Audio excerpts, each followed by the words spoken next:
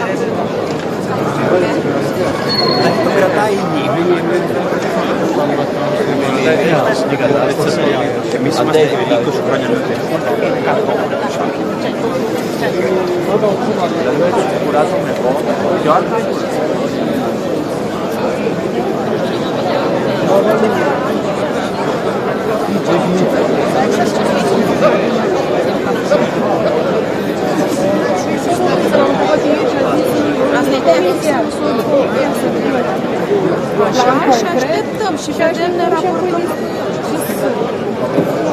Nu, cât insistă, e întrebarea mea de ieri. Nu se va schimba nimic. Da, dar exact așa care e. Așa zice că v-am spus.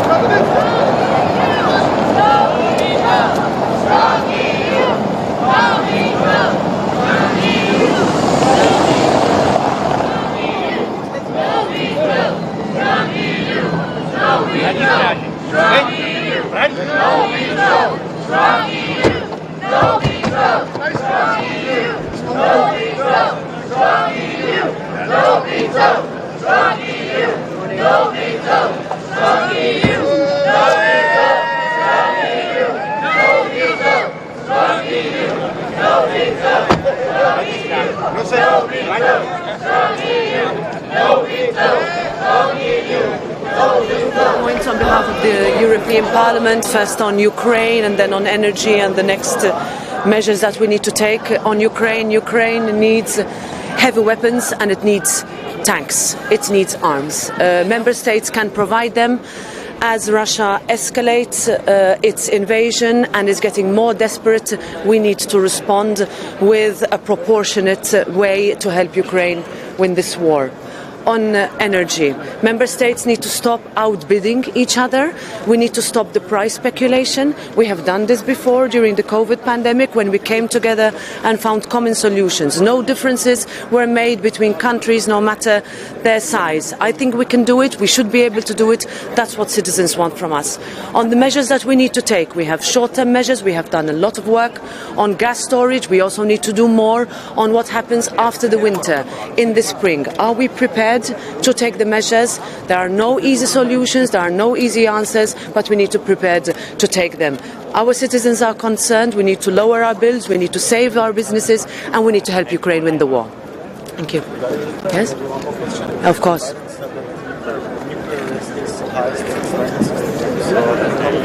Yeah, of course, this is a concern. It's the reason why we need to make sure that we have a proportionate response for Ukraine to be able to win this war. The longer it takes, the more that Putin can play, either with threats or with blackmail or with intimidation.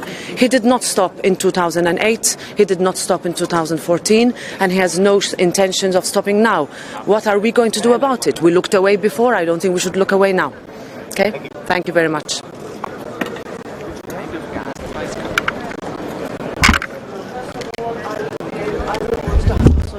That member states today, and this is what I will say in this speech, that there is need for an EU-wide price gas cap. Now, different member states have different opinions and the word cap means different things for different states, and I think that reality is something that we need to keep in mind. If member states need more time, they need to have possible exceptions, then of course we give them, but let's not outbid each other. I think this is the way in order to be able to bring the prices down, to stop speculation, and at the end of the day show Putin that he's not the one who dictates to us who pays and how we pay our bills. Thank you. Message to Germany that the Emirates to buy gas for themselves, should we buy gas together? I would definitely support, and this is a position of the Parliament, that common procurement is the best way to do it. This would make sure, first of all, that there's no speculation, and this is also making sure that we are the ones who are taking care of our citizens. Today, citizens are telling us, find solutions. They asked us to do this during the pandemic. We found those solutions during the pandemic. Now it's an existential issue. We need to pay our bills. Our citizens are desperate. We need to be able to provide our solutions. Madam President. Those concerns are real, and this is the reason why we need to escalate our response to the war. This is why Ukraine needs more arms. This is why Ukraine needs more financial assistance. We also need to be ready, as we call it, for the winterization. In other words, we need to make sure that Ukrainians have safe and dignified and warm conditions to live in what will be a very, very difficult winter with so many millions still internally displaced. I would also say that this is Russians' play game. This is what he does. He didn't stop before. He will not stop now. He likes to intimidate. He likes to up the ante. So all concerns are real, and we need to be able to respond proportionately to those threats. Are you afraid that Europe could be divided over this issue? Let's say I am very, very happy and I welcome the fact that the European Union has, in an unprecedented way, shown unity since the 24th of February. If the pandemic showed us something, is that where we thought we could not be united, we were united, and we have been united ever since for the sanctions packages, for the military assistance, for the solidarity help that has been shown to Ukraine. Do we need to do more? Yes. Is there a risk of fragmentation? Let's make sure we don't, because that's the only way in order for us us to continue to do exactly what Putin does not want us to do, which is to fragment. Madam President, Good morning. Good morning. Do you think now would be the time to discuss an energy support package or to reallocate funds from the recovery fund to make sure that there is not going to be a divide, that it's not to each member state to make a package such as Germany did or the Netherlands, because some of the countries might not have the economical strength to do so? Well, on economic strength, you are right. This is not always a level playing field. However, common solutions have been found, and I think this is the time to also find them. What I would also say is that let's not remove any options off the table. I think we need to be ready. I will say that in there. I think we need to look at the long-term financial framework that we have worked with. Is it still something that we can continue to work with? I don't think so. The European Parliament doesn't think so. Let's look again at our own resources. Let's look again at our accounting, our financial resources that member states are contributing to. I think we have found common solutions, and I'm cautiously optimistic that we can find them, because we have before. What do you think we should do if Russian soldiers who don't want to fight the borders of Finland and Poland are closed? Should we let them in? I would say that, first of all, I understand those countries that are bordering Russia, that have, while at the same time, had a country that has illegally and brutally invaded another country, and we have seen women, children and men die in an unnecessary, unprovoked war. So I understand those countries that when they saw over the summer tourists from Russia enjoying the beaches, that is a reaction that is understood. The European Parliament is of the opinion that, of course, for humanitarian reasons, for research reasons, our students, journalists have to be protected, and this is why the new visa regime is one that is appropriate and adaptable at this time. Thank you. Soldiers? Pardon? Soldiers that flee the war? I would say the new regime is one that looks at a case-by-case basis. That is what I would look at. Also, because from a security perspective, we should have concerns. Thank you. Have a good night.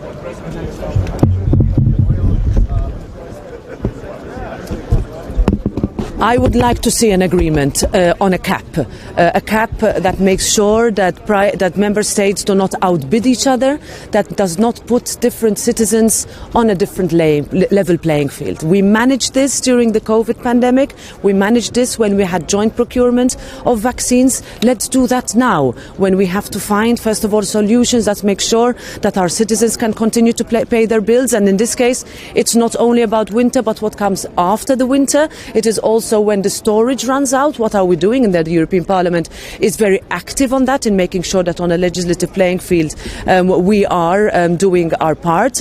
At the end of the day, the minute we act together, speculation stops and prices go down. And I think that should be the priority of all of us, no matter which country we come from. Thank you.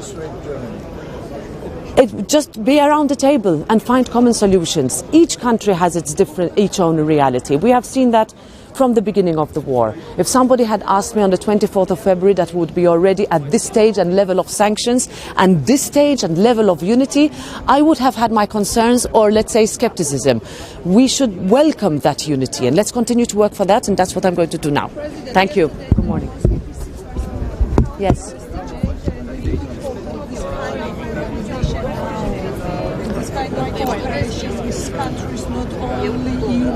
Absolutely. I think everything that brings countries around the table to discuss common solutions and common challenges is extremely important. The fact that the next meeting will be held in Moldova is extremely important. We have to also protect those countries that are not member states of the European Union, not yet member states of the European Union, have aligned themselves with our sanctions and are very much at the mercy of a very, very intimidating neighbour, such as Moldova. So meetings such as yesterday for us are welcome. Any possibility to discuss making sure that all countries implement the sanctions and enforce them, and that also does not exclude in any way from the ongoing very welcome path of member states that are new candidates to join the European Union, whether we are talking about Ukraine and Moldova and Georgia on its path, but also not to forget the Western Balkans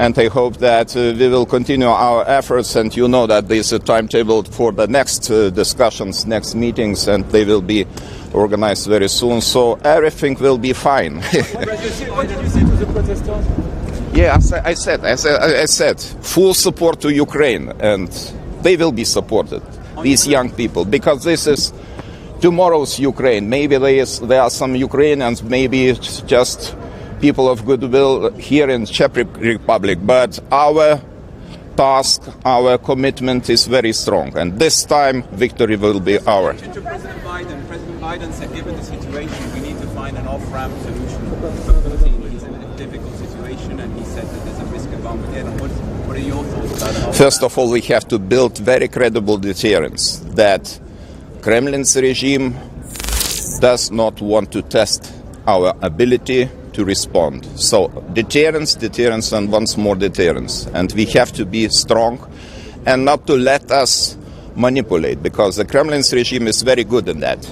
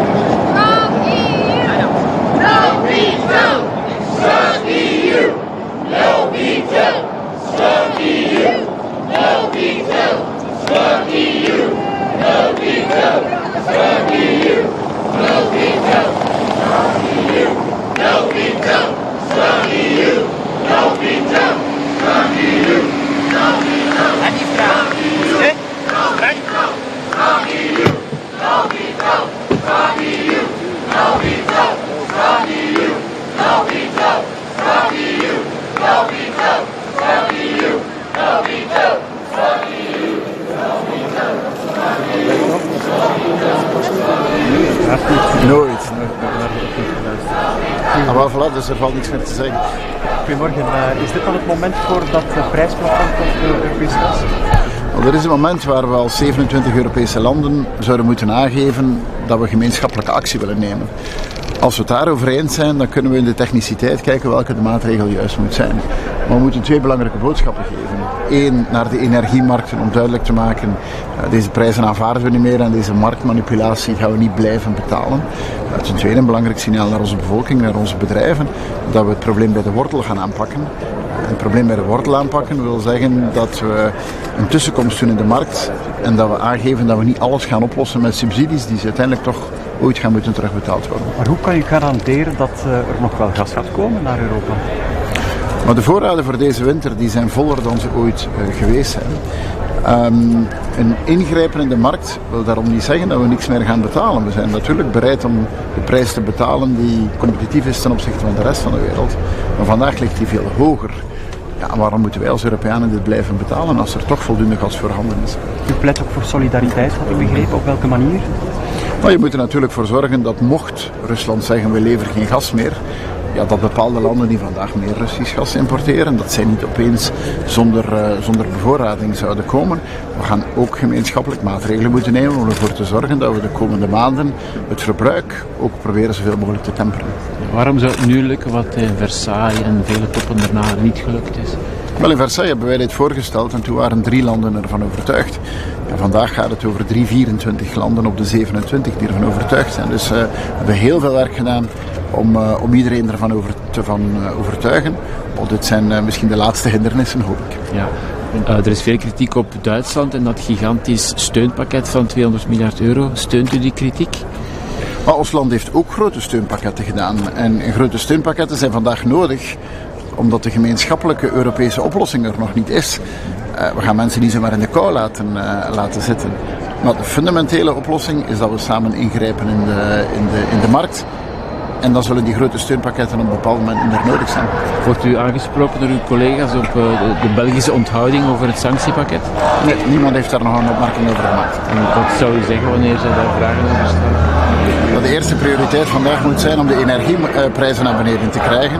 De sanctiepakketten een andere discussie zijn. En over sancties spreken op het moment waar mensen al veel hoge facturen moeten betalen en opeens duizenden mensen hun job zouden verliezen, ik denk dat we daar toch moeten op letten. Maar creëert Duitsland geen concurrentienadeel voor de andere landen met zo'n groot steunpakket?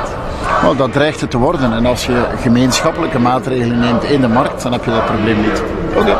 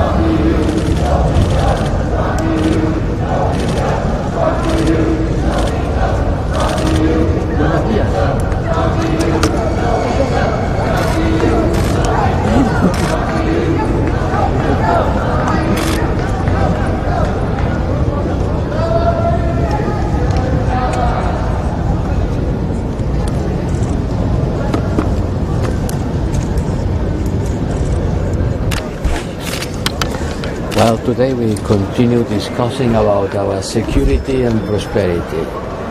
And I think that both things has to be more interlinked.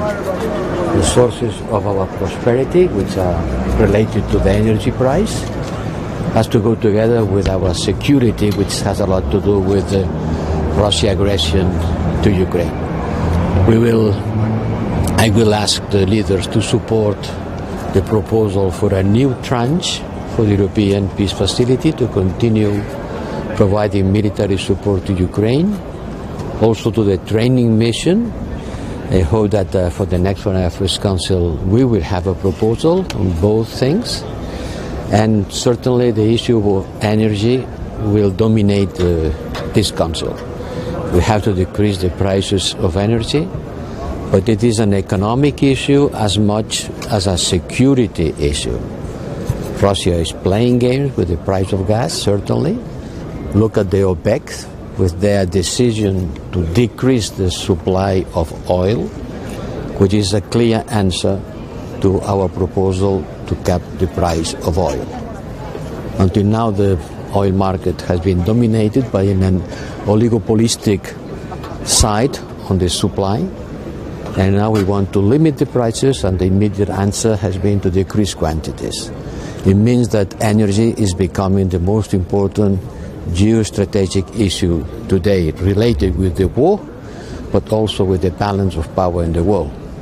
And that's what we will discuss today. Mr. High Rep, how would you evaluate yesterday's meeting Sorry? of political community, first meeting here, and the importance of this format? Well, you know, I think it's very important to send a message that from the border with Russia towards the West, everything in the European continent, member or non-member of the European Union, stand together. There is the EU, some are U, Union and others are still Europeans. Some want to become members of the EU, others doesn't want, others has been, they are no longer, but all of them are sitting and discussing and presenting a united front against Russia. And this is the most important message, the first step to build a great coalition of people in Europe facing Russia. How should member states protect their infrastructure against sabotage? Sabotage? Like Nord Stream. Okay, we don't know exactly who has done it, but someone did. Thank you. Pardon? Les manifestants aussi réclament plus d'armes. Qu'est-ce que vous leur répondez? Plus d'armes pour l'Ukraine. Oui, oui. Je suis engagé à ça, bien sûr. President Biden yesterday said the US was looking for an off-ramp solution for Putin to help him out of the war and not inspiring Russia. What are we thinking about as an off-ramp? And do you share the concern about possible Armageddon? I don't know what President Biden said. I cannot comment. Thank you.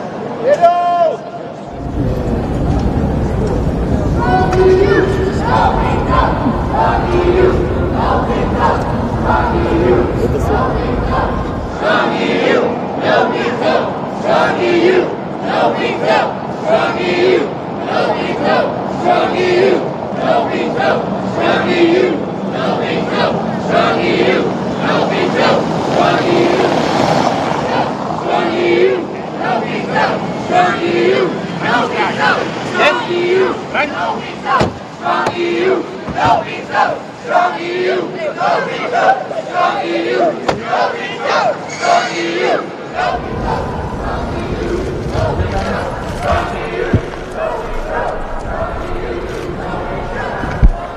morning, Mr. GOLOB. What are you expecting today from the discussions on energy? Plenty of energy and united for Ukraine.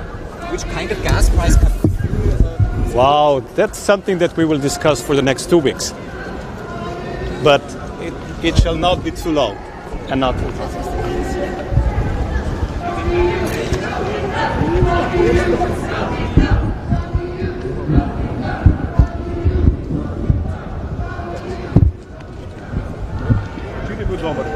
Je bil dober dan zato, ker smo ostali enotni na vseh pomembnih točkah. Še več enotnost se je razširila ven iz EU-ja na države, ki so prisotne. Na drugi strani se je pa tudi pokazalo, da na najbolj občutljivih točkah, med oseb, pravi med vojnih, bilateralnih, se je pa tudi zadržal nek dialog, kar je dobra popotnica. To je včerajšnji dan. Okrogle mize so bile zelo dobre, konstruktivne, tudi format je bil v redu, ker je bil manjši.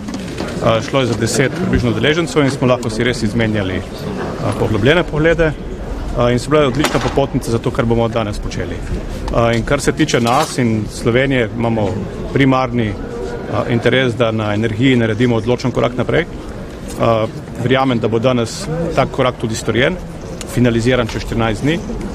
Je pa enotno mnenje, da moramo poseči na trg, moramo vzpostaviti regulacijo cen, kapico na nek način, ki ne bo sicer dinamična in bo sestavljena iz več elementov, niti ni smiselno zdaj hoditi v detajle, da pa mora biti ta poseg vseevropski in jasno skomuniciran.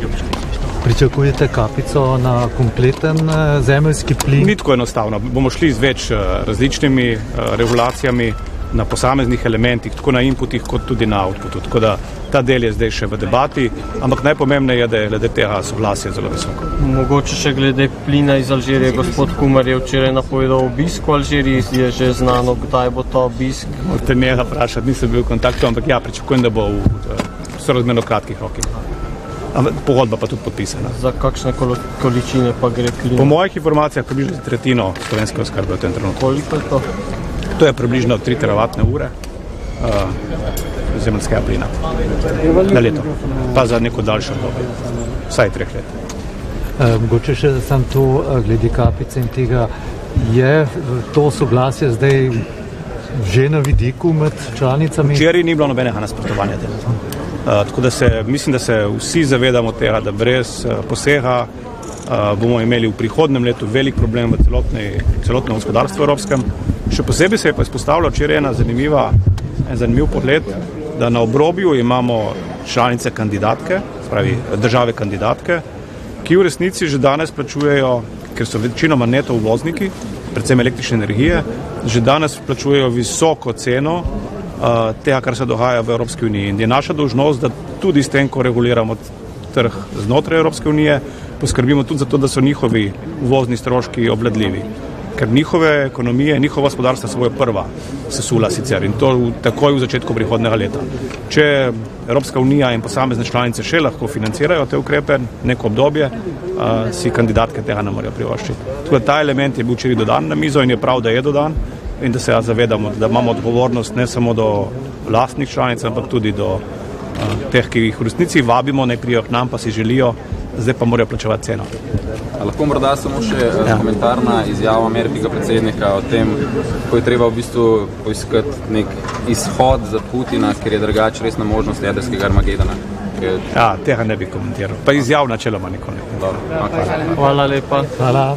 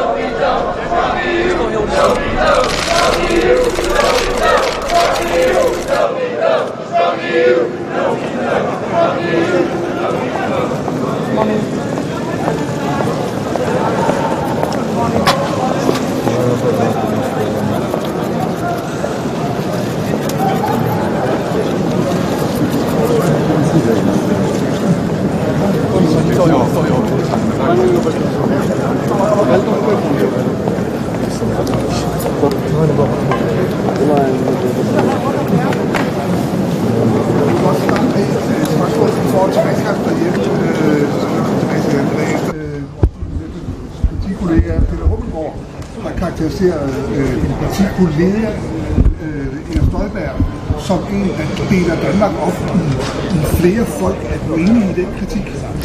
Altså, jeg kommer ikke til at gå ind i kollegers diskussioner om og med hinanden i den her valgkamp. Jeg vil bestræbe mig på at fortælle, hvad Socialdemokratiet går til valg på, og hvad regeringen i øvrigt arbejder med. Du har ikke nogen holdning til, om Støjberg er... Jeg kommer ikke til at gå ind i andre kollegers diskussioner i den her valgkamp. Men synes du, at Støjberg er Som jeg sagde før, jeg kommer ikke til at gå ind i kollegers diskussioner med hinanden. Hvis I har nogle spørgsmål til mig, så svarer jeg gerne på dem. EU-topmødet i dag, I skal diskutere gaspriser. Skal der et loft over gaspriser i Europa? Det er helt rigtigt, vi mødes i Prag i dag, og det gør vi jo ikke mindst på grund af den energikrise, der er, og den inflation, som slår bunden ud af rigtig mange europæiske økonomi, også rigtig mange danskers økonomi. Og fra dansk side går vi ind i de her diskussioner med et meget, meget åbent sind, men med det meget, meget klare formål, at vi skal have priserne ned. Og jeg er villig til at diskutere alle gode idéer, inklusiv også et loft, hvad angår priserne. Og hvor langt skal de så ned? Hvor langt skal priserne ned? Det er jo noget af det, vi skal diskutere her hen over de kommende uger. Altså, hvad er det for nogle greb, vi præcis skal bruge? Nu har vi fået på plads i EU det her med den overnormale profit. Mellemhandleren, det har været vigtigt for Danmark. Det er vi i gang med at kigge på også, og nu ser vi så, om vi også derudover kan få priserne længere ned af hensyn til forbrugerne. Og hvem skal betale regningen for de lavere priser? Hvordan finansierer vi det? Ja, og det er jo også en af de diskussioner, vi skal have, hvor der selvfølgelig vil være nogen, der vil have et ønske om, at nogle enkelte lande skal bidrage særligt meget, og så er vi selvfølgelig nogen, der har nogle andre holdninger til det. Så det er en af de diskussioner, vi kommer til at få, men jeg tror, i første omgang handler det jo om at finde nogle løsninger på, hvordan vi klogest både kan sikre forsyningssikkerhed og dermed få mere energi ind til Europa og samtidig få prisen ned for forbrugerne. Vi skal også tale om sikkerhed og sikkerhed omkring kritisk infrastruktur. Det er blandt andet på det, der sker i Østersøen. Hvad kan du bidrage med, og hvad forventer du, at EU-landene skal kunne gøre fællesskab på det område? Ja, jeg tror så set, at vi kommer til at starte mødet i dag med en orientering, også fra min side omkring det, der er sket i Østersøen. Det er noget, alle i Europa er optaget af. Og det er klart, det har jo fået alle til at skærpe opmærksomheden omkring kritisk infrastruktur.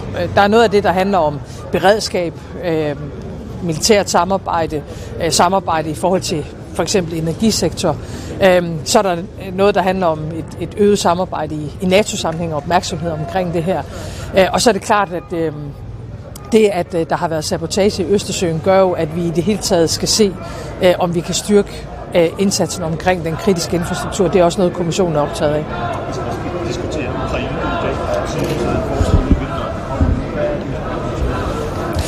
dag. Min forventning, men også min meget klare opfordring er, at vi skal gå så hårdt til Putin som overhovedet muligt. Nu er der endnu en sanktionspakke på plads. Det er rigtig, rigtig godt. Men det er klart, det vi ser fra Putins side er jo et Rusland, der bliver ved med at eskalere konflikten, annekteringerne, folkeafstemningerne før det, mobiliseringen, men jo også meget, meget alvorlige trusler om brug af forskellige våben, og det skal, i mine øjne, skal vi andre svare tilbage på det, så det ikke kan misforstås.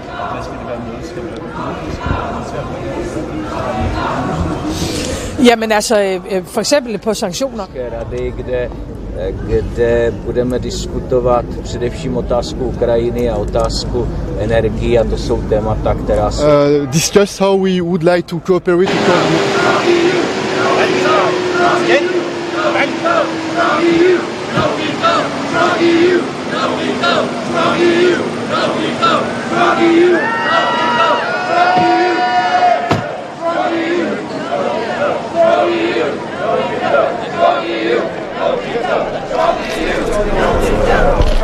Máme zpoždění, dobrý den. Tady? Aha, dobrý den. Na ukrajinskou otázku, co se týče pomoci další, jestli na to vlastně Evropská unie ještě má svoje zdroje a kde je to dobrá. Musíme mít na to svoje zdroje a ta podpora Ukrajiny musí pokračovat, protože Ukrajina bojuje nejenom za sebe, ale bojuje za bezpečnost Evropy a ta pomoc, jak vojenská, tak ekonomická, by měla pokračovat dál. Evropská unie slíbila některé finanční prostředky, které půjčí Ukrajině. Ještě jsme celou tu částku nedodali. I o tom se určitě musíme bavit, jakým způsobem se tady posuneme dál.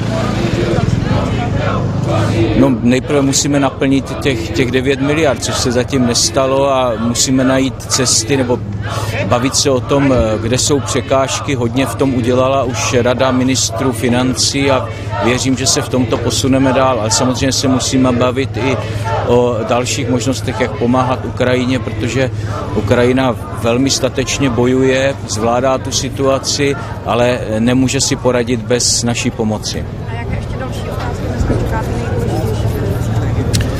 Jsou tu dvě důležitá témata. Jedno je Ukrajina a druhé téma jsou energie.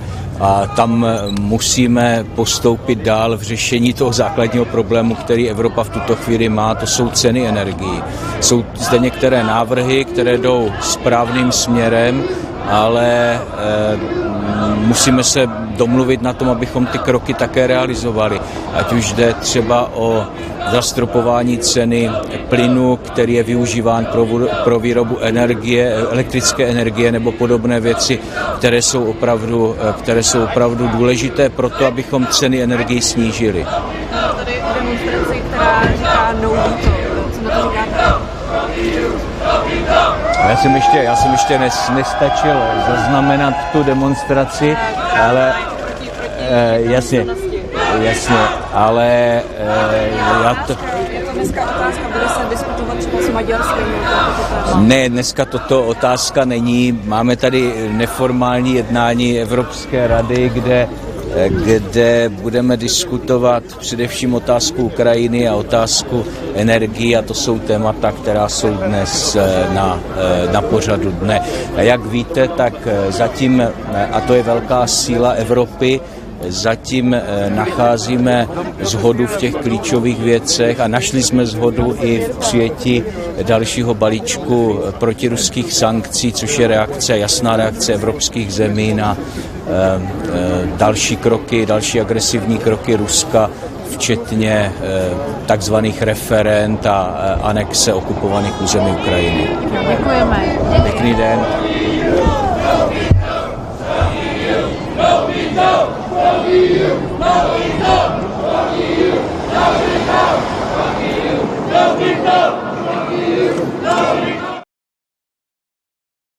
Ukrajiny a otázku energií, a to jsou témata, která jsou... Discuss how we would like to cooperate, to coordinate on stability, peace, security. This is a very strong message, this first meeting. And we've also decided that the next meeting will take place in Moldova, and then in Spain, and then in the United Kingdom. On a eu hier une importante réunion. Il y a quelques mois, plusieurs voix se sont élevées pour mettre en œuvre cette communauté politique européenne. C'était l'occasion d'échanger en profondeur sur la façon de coopérer pour la paix, pour la sécurité, pour la stabilité. C'est un message de rassemblement qui a été exprimé.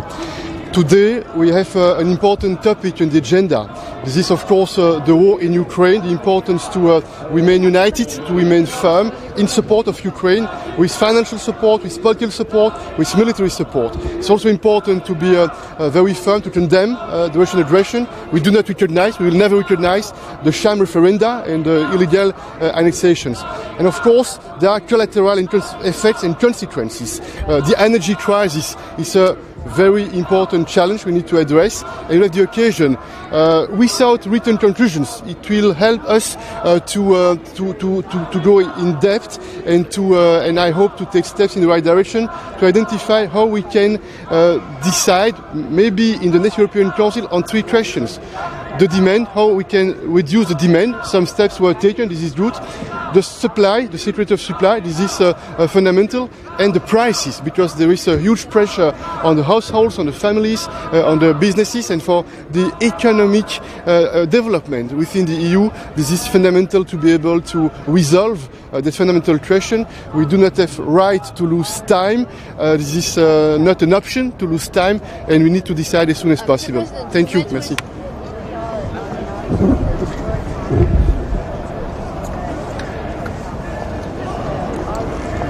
Meni lijevo. Tako je. Još malo, još malo. Koja ste vi televizija, pa me vi toliko volite? Da imamo svi kada. A koji ste vi? O, pa onda možeš, šta odmah ne kažeš? Prolazi mi drugi ljudi, jer moram se... Pomaknu se svi maksimalno u desnu, ne mogu ja iza.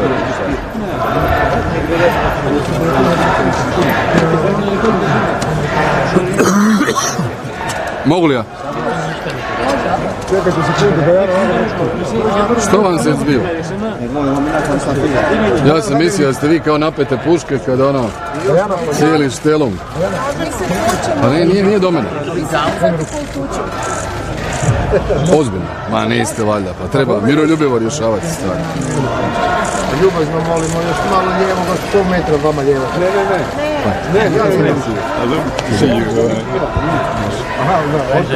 Jel može konačno? Predsjednik Biden je rekao da postoji stvarno opasnost crnog Armagedona.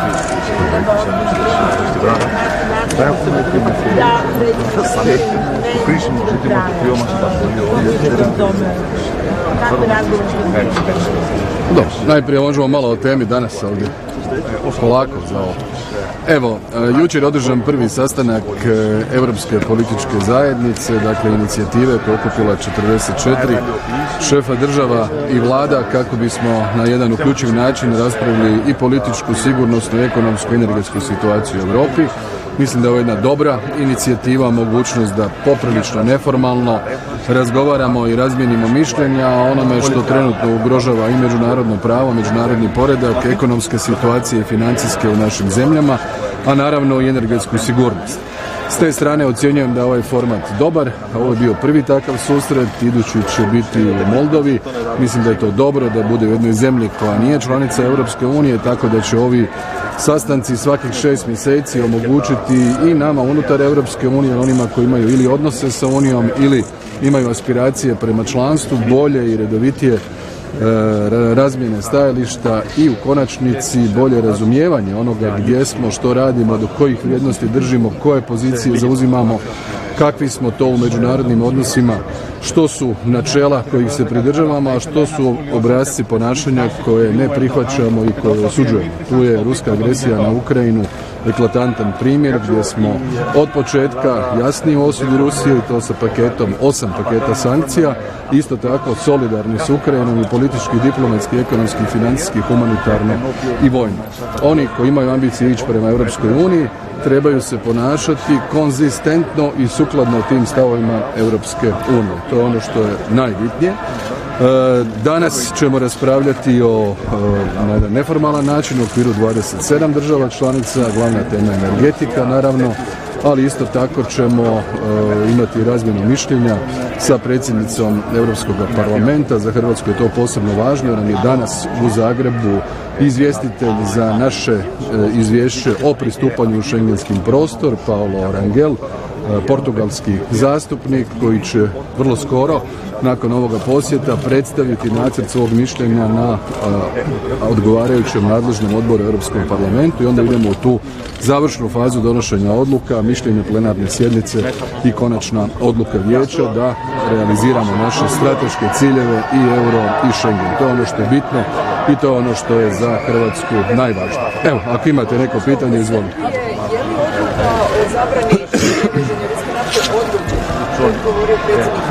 Da.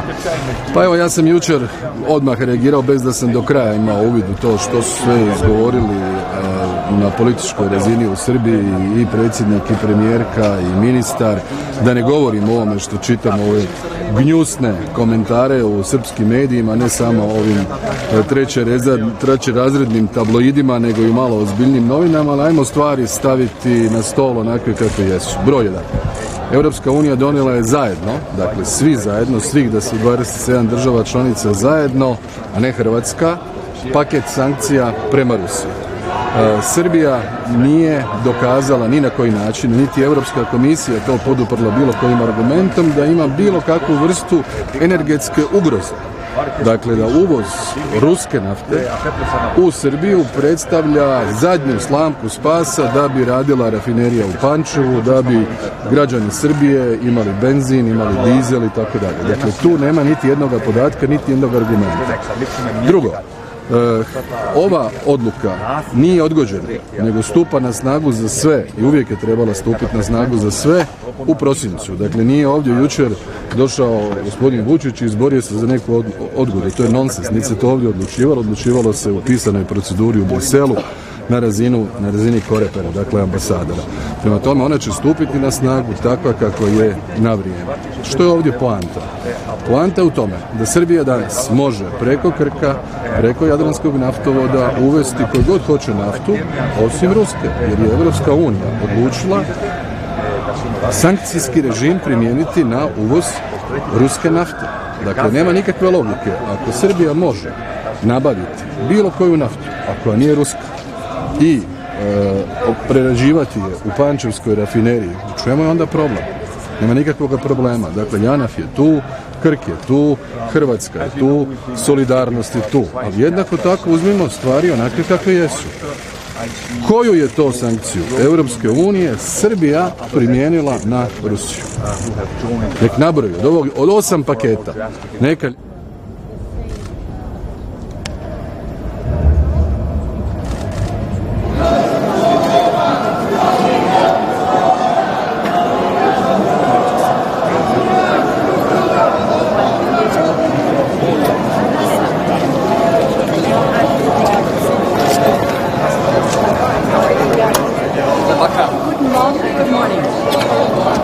Yesterday, a very interesting first time the European political community, and it was a big success. I think it was telling because there were 44 countries, European countries. Russia was excluded. It shows the isolation of Russia, and Ukraine was joining. The Prime Minister was here.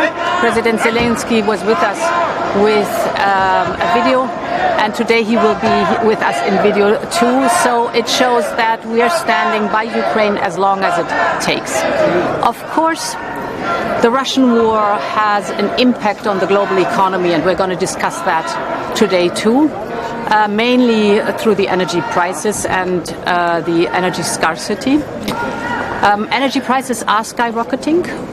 But if you look over the last 7 months, you can see that Russia has deliberately and systematically cut the gas supply to the European Union. But we've been able to compensate. We've filled our storages by 90%. This is very good. We have been able to attract LNG and pipeline gas from reliable suppliers like Norway and the United States. And we've been able to take the windfall profits to support those who are in need. Now we are well prepared. We have a first line of protection for our market. Now it is time to discuss how we can limit the peaks in the energy prices and the manipulation of energy prices by Putin. And this will be the discussion about price caps.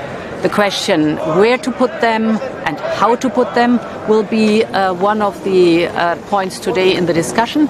A second point that is important is the single market and the level playing field, so that all businesses have the same opportunity to participate in the single market. They can compete through quality, but not through subsidies.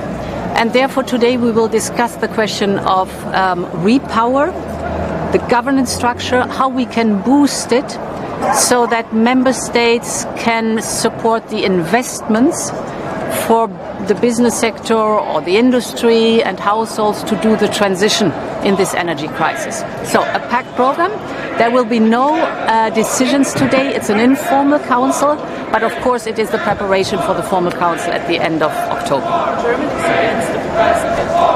I fear that Europe could be divided. So what has improved over the last month is I have proposed in the March communication already the discussion about a wholesale cap. At that time it did not get traction, but now we are better prepared. The situation has evolved and therefore member states are willing to discuss now the price caps. As I said, the where and the how will be discussed. So I'm confident that we will come to a good conclusion. We will discuss the different forms today. As I said, this is a first step. Important is that it is building the ramp for the council then at the end of October.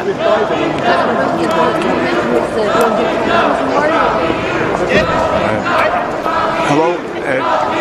What I think is behind Ukraine, we support Ukraine until they win the war. But in the meantime, because of the war, we face the high energy costs. So what we have to speak about today and also in 2 weeks at the formal council is to get the price of gas down. There are a number of mechanisms that it could be done, but it can only be done at a European level. We cannot, as individual member states, do this. So if we can get the price of gas down in Europe, we can help our economy, help our citizens, but we have to also do that to maintain the support among our citizens for the war effort against Russia and continuing to support Ukraine. Prime Minister, what steps should member states take to protect their critical infrastructure? Sorry? What steps should member states take to protect their critical infrastructure? Well, I think first is to identify which infrastructure in which ways could be vulnerable, and we have to do a monitoring. So it means, of course, increased costs for overseeing these. But this, again, on a coordinated level, if we can identify what are the potentially vulnerable areas, this is what we have to look for, because, of course, the Nord Stream 1 and Nord Stream 2 apparent sabotage is very concerning to all of us, because that's one piece of critical infrastructure, but we have lots of other, including data links and others. So this is something we really have to pay attention to. Do you think that Europe will soon need new forms of funds, like the recovery fund, but only for energy? I think this is always something that we can look at. What I think that in Europe we need to look at is how will we be able to sustainably continue to support Ukraine. So right now it's a little bit on an ad hoc basis, but I think we have to dig in also for the longer haul and to look at how we can, through our budgets, also help to support Ukraine in the future, because they need not only military aid, they also need financial aid to make it through. So this is something that we have to think about also on the outside. Regarding internally, what I think we need is better coordination of the type of aid we provide our citizens and our companies to keep the level playing field. So it's not the case that in one member state the government, say, is able to borrow more and pushes down prices or gives bigger subsidies, and that makes their businesses more competitive vis-a-vis their neighbours. So it's a really a careful game we have to go through. I don't know that it's necessarily new funds, but it's much tighter European level coordination. What do you think about the price cap? A price cap on gas is, if that could be achieved, would be grand, with the caveat that we cannot endanger security of supply. So we cannot set the price so that no one would sell gas into Europe. But if on a European level it could be arranged so that it would keep the gas flowing, but keep the prices lower. This is the goal. Thank you.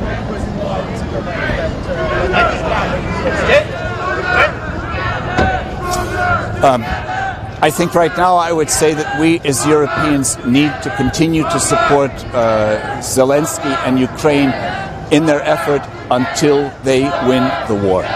Thank you.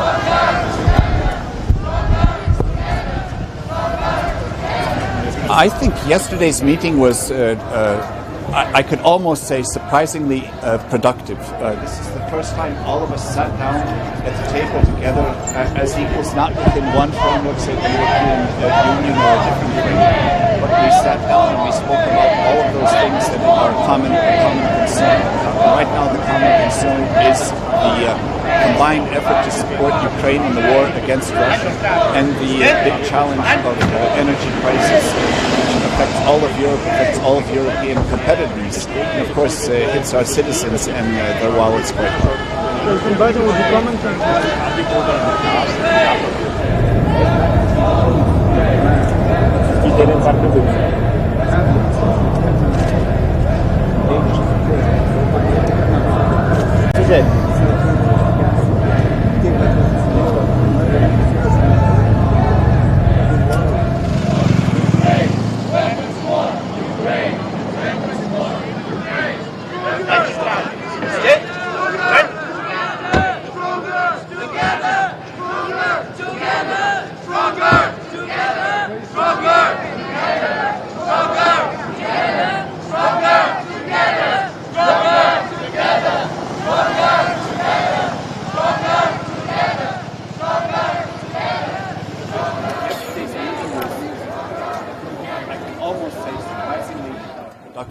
This is the first time all of us sat down at the table together as equals, not within one framework, say the European Union or... Das große Thema wird gleich sein, die Energieversorgungssicherheit. Es wird jetzt ein Gaspreisdeckel diskutiert. Österreich spricht sich dafür auch aus, aber der Gaspreisdeckel muss so gestaltet sein, dass es kein Embargo gegen russisches Gas durch die Hintertür wird. Und da wird jetzt verhandelt, das werden noch intensive Verhandlungen werden, weil wenn wir einen Gaspreisdeckel beschließen, und unser Ziel ist es ja, die stromproduzierende Industrie damit sozusagen die Energieversorgungsunternehmen zu unterstützen, dass das Angebot an Gas nicht knapper wird. Das heißt, wir brauchen gescheite Verträge, ein ordentliches Verhandeln und das steht jetzt bevor. Welche Art des Gaspreisdeckels würden Sie bevorzugen? Es gibt ja einige, die sagen, von den Marktangreifen, andere sagen, die Staaten sollen den Gaspreis subsidieren. Ja, das Ziel müsste es sein, dass man gerade wie mit Staaten mit Norwegen auch von europäischer Seite aus durchaus über Quantitäten, also Mengengerüste verhandelt, da einen Preis festlegt, dieses einkauft und dann den Elektrizitätsunternehmen, den stromerzeugenden Unternehmen zur Verfügung stellt. Das wäre eine Möglichkeit. Wenn sich das auf ärmere Staaten leisten. Ja, deswegen sind ja 27 gemeinsam. Ich glaube, das macht es aus. Die solidarische Leistung der Europäischen Union liegt ja darin, eben wenn wir 27 haben, dann haben wir mehr Schultern, wo wir die Last verteilen können. Es gibt einige Staaten, die würden russische Deserteure, Kriegsdienstverweigerer aufnehmen. Andere wollen das nicht. Die Landgrenze ist ja eigentlich bereits zu. Wie steht hier Österreich? Könnten wir uns vorstellen, russische Deserteure aufzunehmen? Na, bei uns läuft das ganz normal nach einem Asylverfahren Status ab. Das heißt, derjenige, der zu uns kommt, stellt den Asylantrag, dann wird geprüft und dann wird Asyl gewährt. Wir machen da keine Unterschiede. Der Topf der Friedensfazilität ist ja schon beinahe leer. Soll er wieder aufgefüllt werden und wie würde sich Österreich beteiligen? So wie jetzt auch schon vorher. Die Vorschläge werden jetzt gerade gemacht. Ich halte es für wichtig, dass wir weiter solidarisch zur Ukraine stehen. Auch bei einer Ausbildungsmission für ukrainische Soldaten auf europäischem Boden würde sich hier Österreich beteiligen. Wie stehen Sie hierzu? In Österreich ist ja ganz klar committed. Wir liefern Schutzausrüstung, Helme, Schutzwesten, nicht tödliche Ausrüstung und dabei bleiben wir. Was halten Sie denn von dem 200 Milliarden Paket, was Deutschland Es ist ein Weckruf an die Europäische Kommission. Wenn die Kommission nicht in die Gänge kommt, dann fangen die Nationalstaaten an, sich selbst zu helfen und das sehen wir jetzt gerade. Dankeschön. Ein europäisches Unterstützungspaket solcher Leike.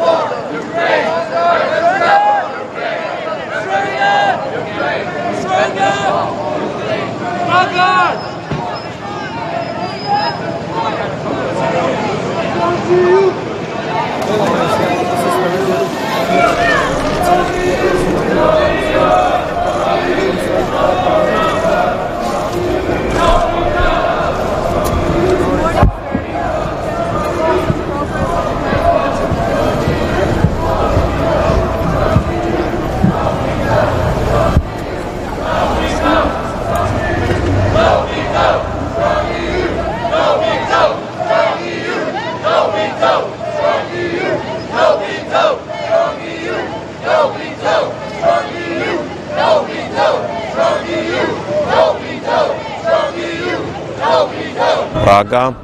Astăzi avem Consiliul European informal, deci nu vor fi decizii luate, însă vor fi discuții. Sunt două teme principale pe care le avem astăzi. Prima temă este legată de Ucraina, iar a doua temă este legată de energie. Vom începe discuțiile foarte probabil pe Ucraina. Aici este foarte clar și personal voi sublinia acest lucru, este nevoie de unitate, de solidaritate. Vom condamna categoric anexările de teritorii anexate de Rusia, nerecunoscute, dar în același timp vreau să salut expres adoptarea celui de-al 8-lea pachet de sancțiuni care a fost aprobat în discuțiile din săptămâna care a trecut. Pe de altă parte, vom discuta câteva măsuri, sper destul de concrete, legate de iarna care vine. Vorbesc despre Ucraina, cum putem să sprijinim Ucraina pentru a trece peste iarna care va veni. Este a doua temă, energia. Am atins-o deja ieri. Astăzi vom merge probabil mai în detaliu. E nevoie de măsuri mai hotărâte decât am avut până acum pentru a duce prețul energiei în jos, cu toate sancțiunile, cu toate măsurile care au fost bune ce s-au luat până acum. Nu s-a reușit încă o coborâre semnificativă a prețului energiei și asta înseamnă că trebuie să fim mai hotărâți. Eu rămân la propunerea mea să despărțim piața gazului de piața electricității și cred că din ce în ce mai mulți din Consiliu sunt de aceeași părere. Sper să se convingă și Comisia că asta este una din măsurile care poate să dea rezultate. Pe de altă parte, este clar nevoie de diversificarea resurselor pentru energie la modul general, dar pe gaz în special. Aici avem ceva progrese, dar încă prea puține. Interconectorul Grecia-Bulgaria a început să funcționeze, dar capacitatea trebuie crescută, capacitatea porturilor europene pentru LNG, pentru gaz lichefiat, trebuie crescută și alte măsuri. Acestea sunt cele mai importante două teme. Cu siguranță vom aborda și chestiuni legate de economie la modul general, măsuri de care vin să prevină o recesiune în Europa sunt evident necesare. Dacă aveți întrebări, poftiți.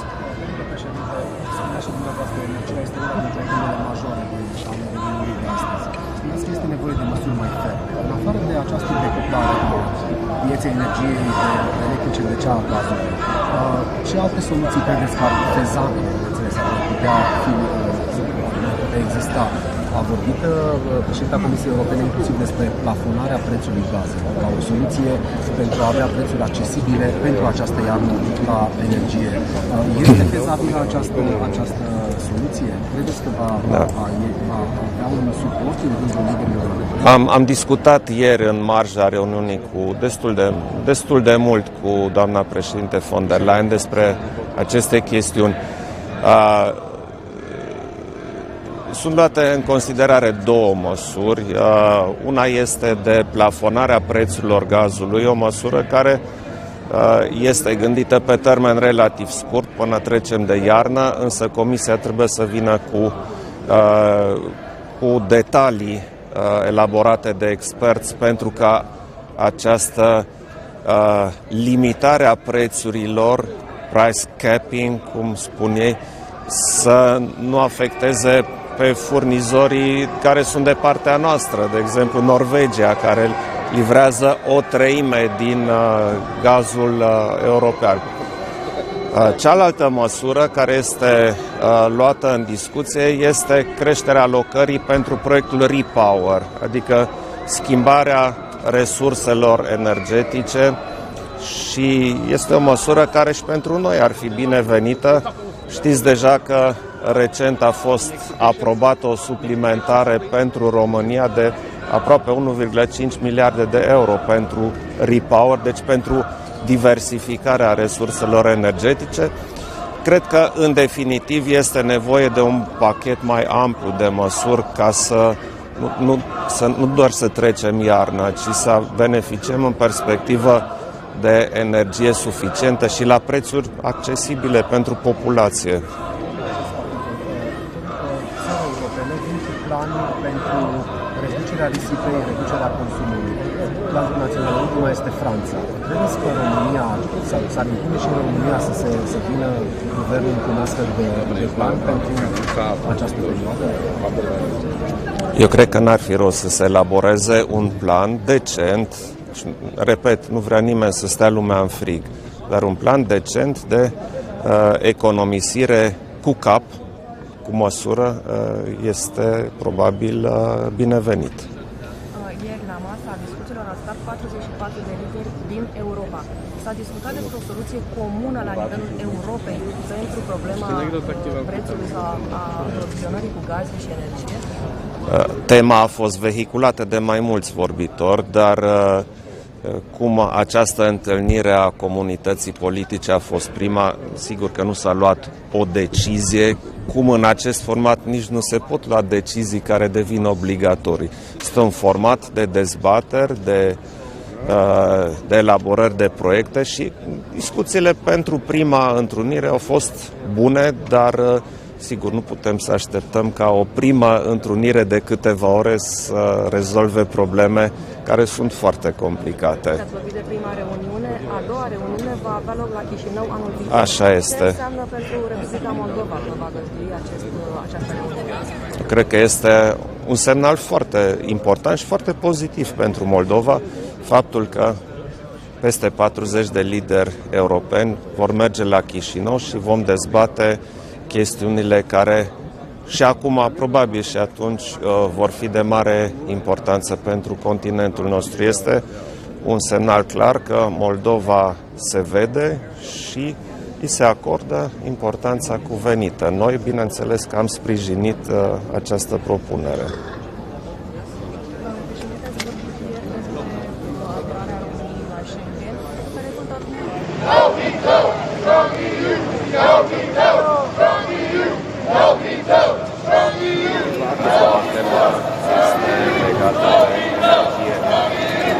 Vom începe discuțiile foarte târziu.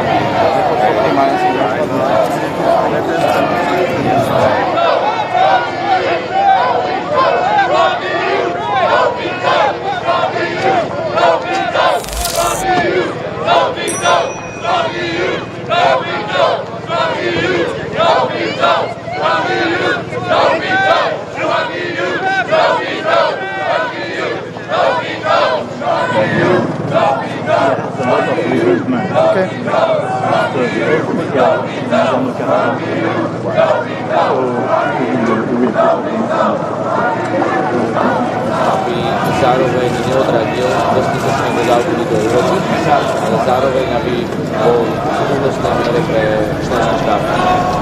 Taktiež určite budeme na Slovensku komunikovať, že je dôležité, aby riešenie, ktorým Európska komisia príde na ďalší summit, aby zohľadňovalo každú členskú krajinu, aby nikto nebol porazený, ale aby sa v tom každý našiel.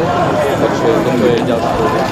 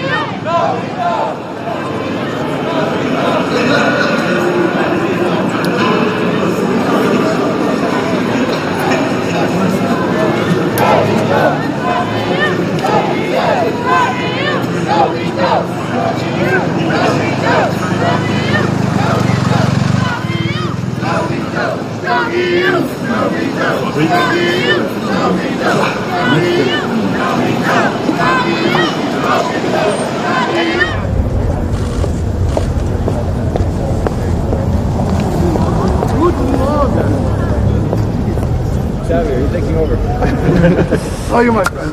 Okay. Yes. Okay. Thank you. Prime Minister, what year is the infrastructure of the Nord Stream late? Es wird erst diskutiert, was es gibt. Das, was sehr wichtig ist, dass wir Preiscap oder nicht, wenn wir keine Energie mehr bekommen, weil wir einfach einen Preiscap haben, der dann gegenüber anderen Kontinenten nicht attraktiv ist für die Energie haben. Da ein Preiscap oder nicht, keine Energie ist dann ein Problem. Das heißt, wir müssen schon aufpassen, dass was wir tun. Und was halten Sie von den 200 Milliarden von Deutschland?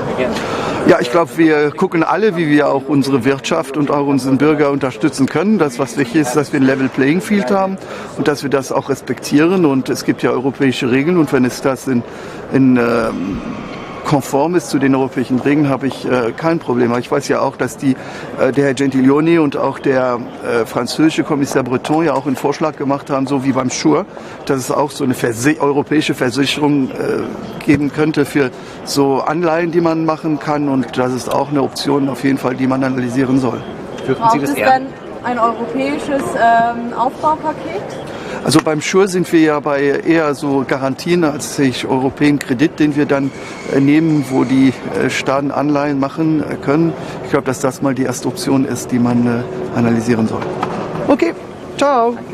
Prime Minister, yes. What is needed to persuade Germany of the price cap? I just said it in German, but I will say it in English too. The price cap is not the only thing, because if afterwards, because of the price cap, we don't get energy, so maybe we have a price cap but no energy, because we have to know we are not the only customers in the world. So we have to be very careful about the decisions that we take. That sounds good on papers, but where consequences can be problematic. But I'm open to everything. The fact is that we want to act on price, and that commonly, and that is what is important. I think there is no one inside who wants to block any measure that the Commission is able to take, which will put the prices down for the economy and also for households. So we will work together. Do you think EU relations with China have worsened over the past weeks and months? Oh, you know, they were always not the easiest one, but I don't want to see just enemies of Europe. We have also partners, and it's like in a household, you know. Sometimes it goes easier, sometimes it's more difficult. I did a lot of weddings when I was mayor, but I was also a lawyer. I did a lot of divorces. So I know that in all households it's sometimes easier, sometimes better, but sometimes it's more difficult. So no divorce with China? No divorce with China on the agenda, no. Bye!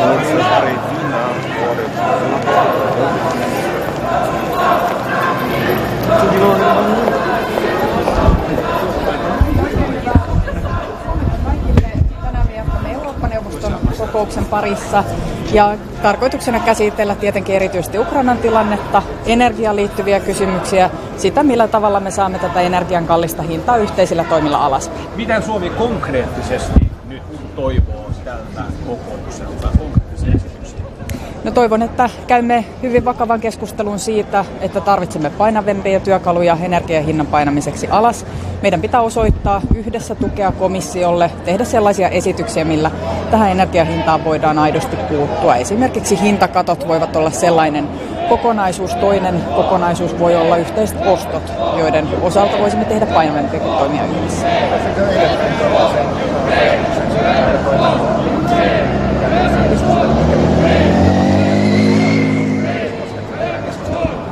Itse en osallistunut tuohon pyöreän pöydän keskusteluun, jossa keskusteltiin energiasta, vaan osallistuin tähän turvallisuutta käsittelevään keskusteluun. Tänään varmasti aiheesta tulemme jatkamaan. Tärkeää on se, että on yhdessä rohkeutta tehdä hyvin poikkeuksellisiakin toimia, koska me elämme hyvin poikkeuksellisia aikoja.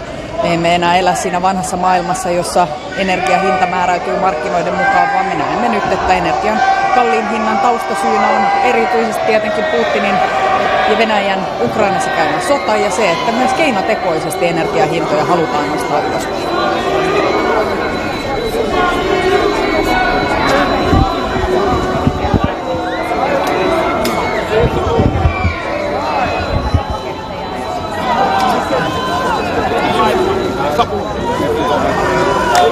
sisämarkkinoiden toimivuuteen liittyvä kysymys on erittäin tärkeä ja huoli on aiheellinen, mikäli valtiot tekevät hyvinkin ristikkäisiä päätöksiä, tukevat hyvin vahvasti vain sitä omaa yrityskenttää, omaa teollisuutta, joka on totta kai ymmärrettävää tässä erittäin vaikeassa tilanteessa. Me voimme ajautua sellaiseen tilanteeseen, joka sitten heikentää yhteisten sisämarkkinoiden toimivuutta. Tästä näkökulmasta tähän keskusteluun on syytä suhtautua vakavasti ja me tarvitsemme parempaa koordinaatiota finanssipolitiikkaan, talouspolitiikkaan laajemminkin ja uskon, että nämäkin kysymykset tänään nousevat esille.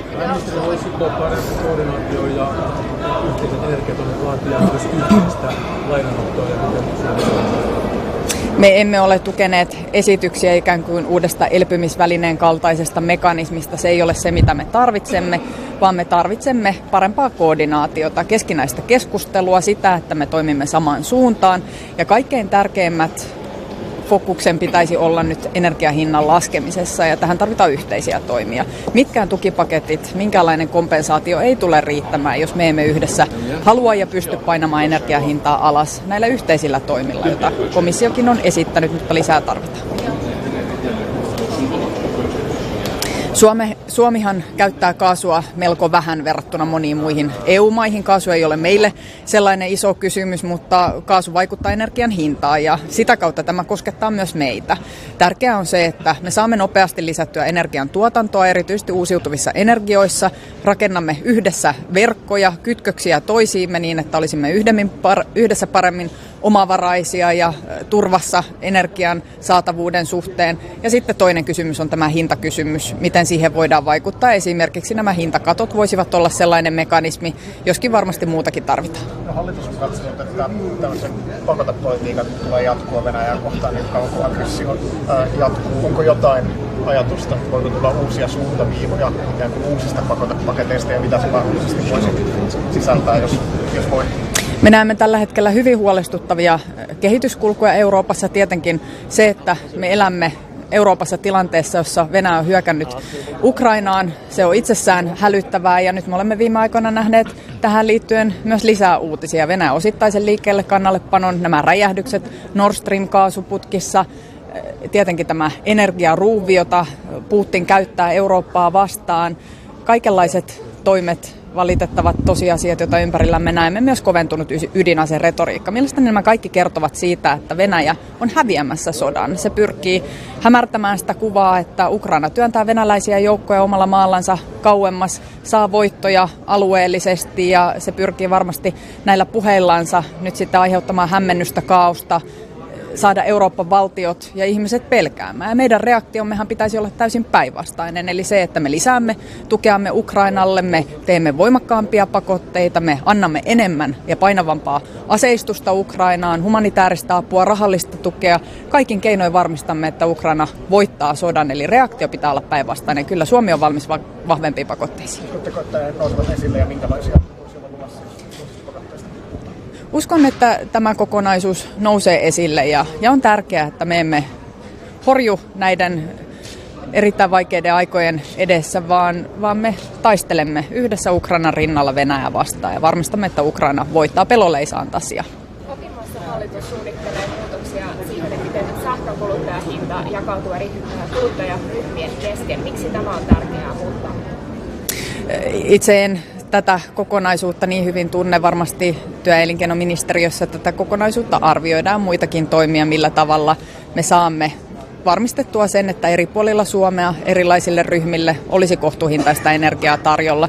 Myös Suomessa on jouduttu tekemään päätöksiä esimerkiksi energian kalliiden hintojen kompensoinnista kuluttajille. Me olemme esittäneet budjettiriihessä arvonlisäveron alentamista 10%. Sen lisäksi myös tällaista verovähennysmallia ja tukimuotoa heille, jotka eivät verovähennystä pysty hyödyntämään, on mahdollista. Että me joudumme keskustelemaan myös yrityksille suunnatuista tuista, kun me näemme nyt, että eri puolilla Eurooppaa myös tämänkaltaisia tukipaketteja kootaan. Esimerkiksi tämä Saksan erittäin iso 200 miljardin kokonaisuus väistämättä tulee vaikuttamaan meihin muihinkin. Ja sen takia on tärkeää, että tätä keskustelua myös yhdessä käydään niin, että me emme ikään kuin kiihdytä tätä tilannetta entisestään niin, että maa yksitellen tekevät tukipaketteja ja energiahinnat pysyvät korkealla, kenties jopa kallistuvat sitten näiden pakettien seurauksena. Eli kyllä meidän pitäisi puuttua niihin juurisyihin, eli energian tarjontaan liittyviin ongelmiin ja energian hinnan muodostukseen.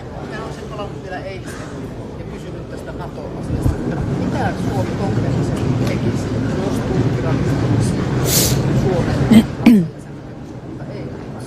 No, tämähän on kysymys, johon me emme voi vaikuttaa. Tietenkin Naton jäsenmaat itse vastaavat omista ratifiointiprosesseistansa. Me pidämme tietenkin kaikissa yhteyksissä esille, kuinka tärkeää meille on se, että Suomi ja Ruotsi kulkevat käsi kädessä Nato-jäseniksi.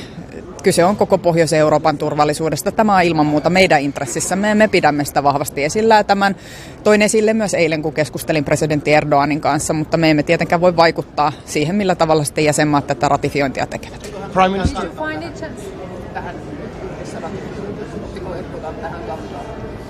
No, en tietenkään lähde siteraamaan keskusteluita sen tarkemmin, mutta kuten hän itsekin kuvasi tiedotustilaisuudessansa, Suomi ei ole Turkille se ydinkysymys, vaan Ruotsi ja erityisesti terrorismiin liittyvät kysymykset.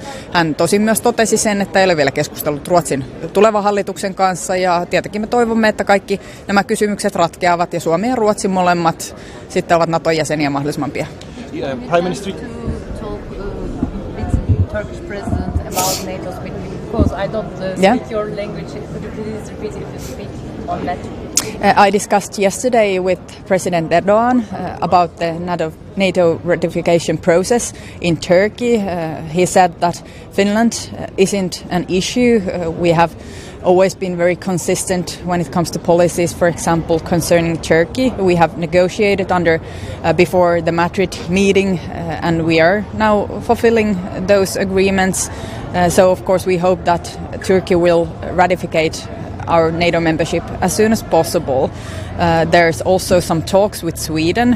I don't want to comment on that. The Swedish Prime Minister would comment on that and know about the situation better than me. But I think it's very important that Finland and Sweden would join NATO simultaneously at the same time because it's an issue for the whole northern part of Europe, the whole security environment of the northern Europe. Your reaction, please, to President Biden's comment last night that Vladimir Putin may need an off-ramp to avoid a nuclear Armageddon. A what? President Biden said last night that Vladimir Putin may need an off-ramp to avoid a nuclear Armageddon. Off-ramp?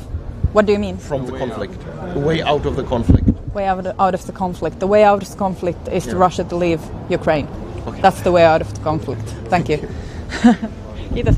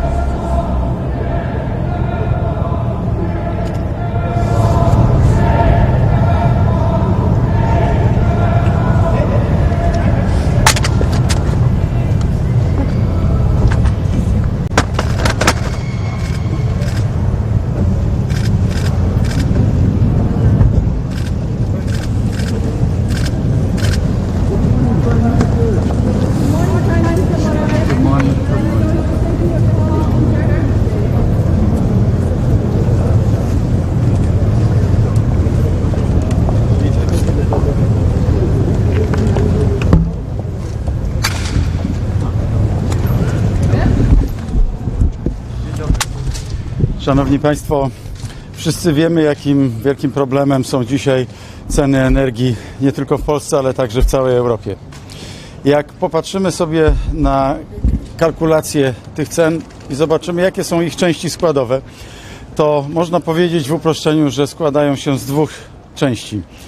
Te ceny energii elektrycznej, ceny energii cieplnej również. Koszty wytworzenia i dodatkowo koszt ETS. ETS to jest instrument europejski. To jest narzędzie w naszych rękach. Jak popatrzymy na cenę tego ETS-u, to było ostatnio 60 do 70 euro. Przemnóżmy to razy koszt euro, to około 330 zł, licząc po 70 euro za jedno uprawnienie do emisji. Co to oznacza? To oznacza, że około połowa kosztów 1 megawattogodziny pochodzi z kosztów związanych z Unią Europejską, z polityką klimatyczną, z polityką energetyczną.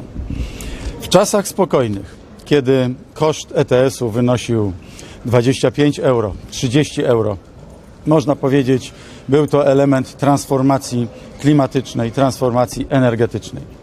Ale dzisiaj nie są czasy spokojne. Dzisiaj nie mamy do czynienia z czasami zwykłymi, zwyczajnymi, tylko z czasami nadzwyczajnymi. I dlatego po raz kolejny wnoszę o to, aby spadały ceny ETS-u poprzez uwolnienie specjalnych uprawnień. Komisja Europejska może to zrobić. Poprzez usztywnienie cen ETS na pewnym poziomie. Choćby na rok albo na 2. To doprowadziłoby do natychmiastowego spadku cen energii. Dziwię się, że Komisja Europejska w czasie wojny na Ukrainie, w tak trudnym czasie nie chce skorzystać z tego instrumentu. Druga nasza propozycja, która na szczęście dzisiaj jest już przyjmowana, to zmiana mechanizmu kalkulowania cen energii. To, co my nakazaliśmy spółkom energetycznym, wszystkim polskim i zagranicznym, wszystkim, które operują na rynku polskim. Przestańcie odnosić cenę energii elektrycznej do kosztów, pośrednio kosztów węgla w portach w Holandii. Bo tak się działo, szanowni państwo. Nasz rząd zmienia to. I dzisiaj już, jak widzimy po cenach energii, którą można kupić, widać, że na rynku bieżącym, spotowym i na rynku rocznym, dotyczącym przyszłego roku, ceny energii spadają. Ale to wszystko za mało. Jesteśmy też zdecydowanie przeciwni niszczeniu europejskiego rynku gospodarczego, czyli tak zwanego jednolitego rynku europejskiego, które to niszczenie będzie miało miejsce w tej sytuacji, jeśli rząd niemiecki będzie sam mógł dotować tylko i wyłącznie swoje przedsiębiorstwa. Wtedy nasze przedsiębiorstwa, francuskie, holenderskie, hiszpańskie, włoskie, będą postawione w dużo trudniejszej sytuacji. I dziś na Radzie Europejskiej na pewno będzie gorąca dyskusja właśnie dokładnie w tej sprawie. Ten niemiecki egoizm, o którym pisze portal Politico, musi w końcu zostać odłożony do lamusa, odłożony do szuflady. I będziemy na pewno dyskutować, w jaki sposób kształtować sprawiedliwą politykę energetyczną w tych, tak jak powiedziałem, nadzwyczajnych czasach.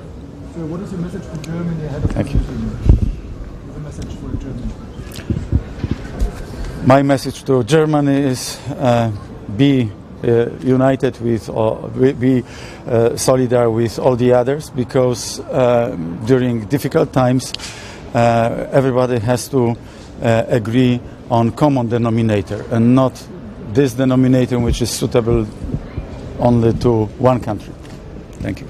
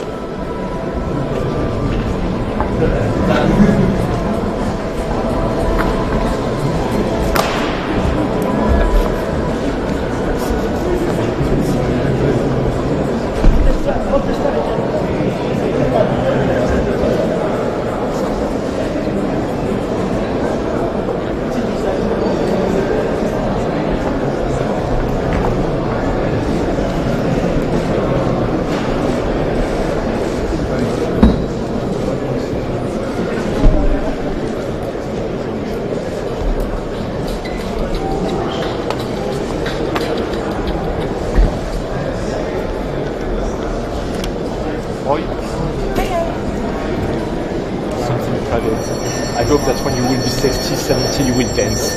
Ah, thank you.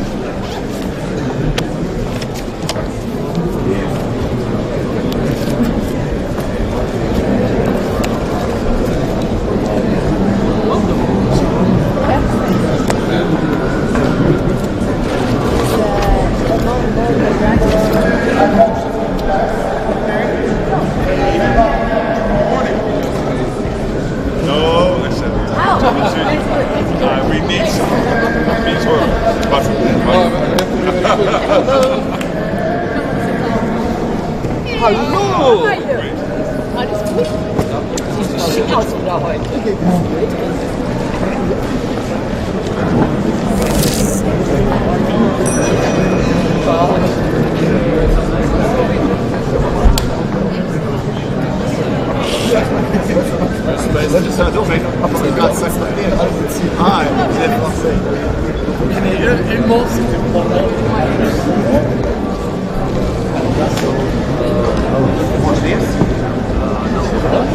Bonjour, vous allez bien? Très moderne, c'est une cravate. So.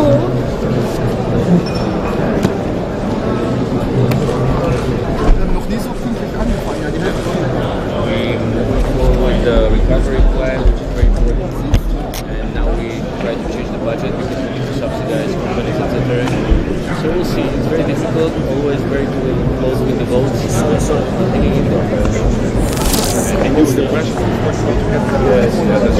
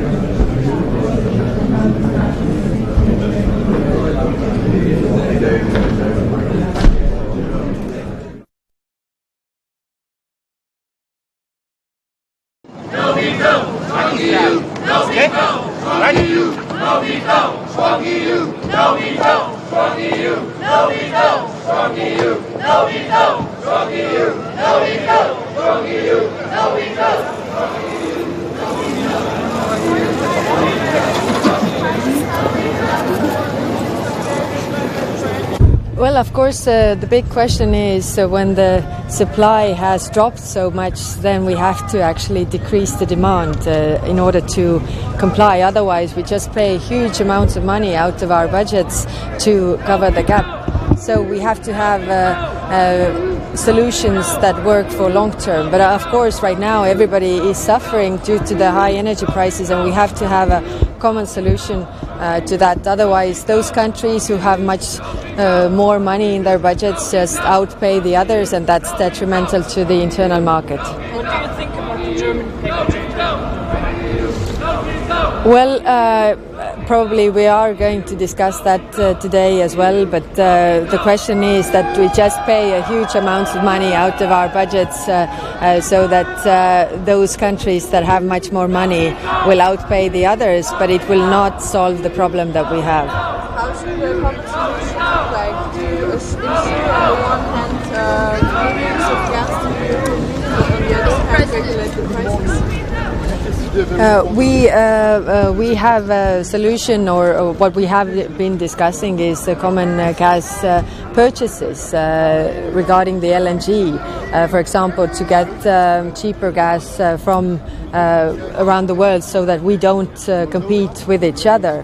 But let's see what kind of solutions there can be more, and I think we all have to talk about decreasing the demand as well. If we just pay the gap and say that nothing has happened, although we have less supply on the market, then we just don't survive the winter.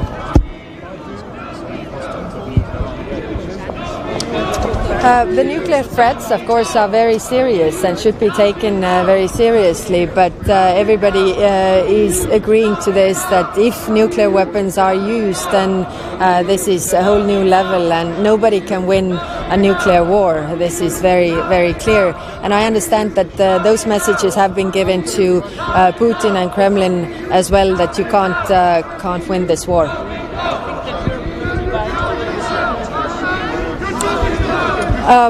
We have been very united, and I of course here everybody has the same problems, so that we are not fighting each other, but we have a common enemy outside, and we should stick to that. And that's why I also think that different packages where we outcompete each other are not good for the overall unity. It seems that every member state has a very different view on what a gas price cap should look like, or which measures exactly it should entail.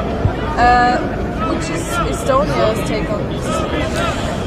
We are supporting the price cap if it doesn't hinder the security of supply, because if we are on the market, in the world market, competing for the LNG, for example, if our region has a price cap and the other regions don't have a price cap, then we will just be out of gas, because nobody sells us the gas. And that's why the security of supply is the most important thing, together with the price cap, so that it would function this way, that we don't put this under the risk. Okay, thank you. To Russia again for what Russian soldiers, for example, Germany or Austria would say they would take these soldiers fleeing the war? First of all, I would much more worry about the sufferings of Ukrainians than those fleeing from Russia right now. But what we have to understand, that we are in a hybrid war with Russia as well, which means that they are using different elements as a weapon towards us. Energy, we already see. Migration is the next weapon. So if there is a migration coming from Russia, then those people tend to go to regions that already have a Russian minority. And in Estonia, in 1922, we had a Russian minority of 3.2%. In the end of the occupation, it was over 30. And if those people come to those regions, and there are two small member states, Estonia and Latvia, then the minority just grows, and Russia says we have to liberate them. So it is all part of the bigger imperialistic picture, and I would be very, very cautious regarding this and focus on our energy on helping Ukraine to win this war. Thank you.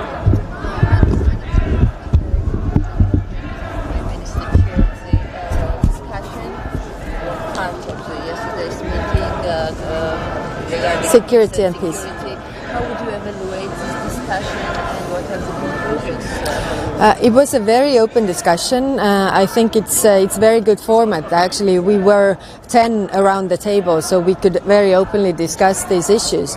What was important that the Russian aggression has to be pushed back, but of course there were different views how to do it.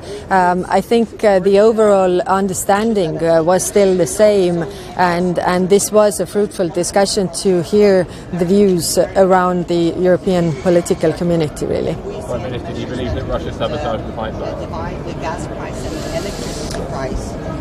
It is under investigation right now, so Sweden and Denmark are investigating this, so I would not run ahead of them.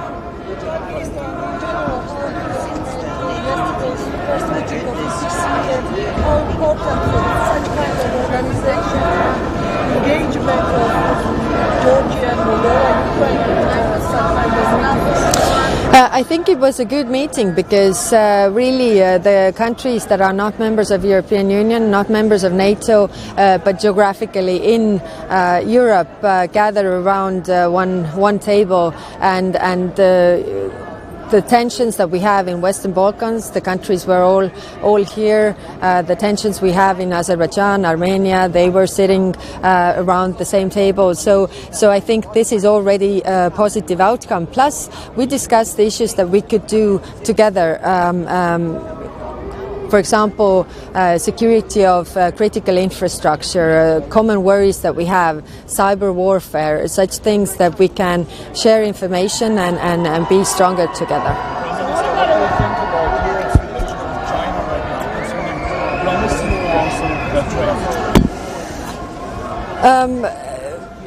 Of course, it is.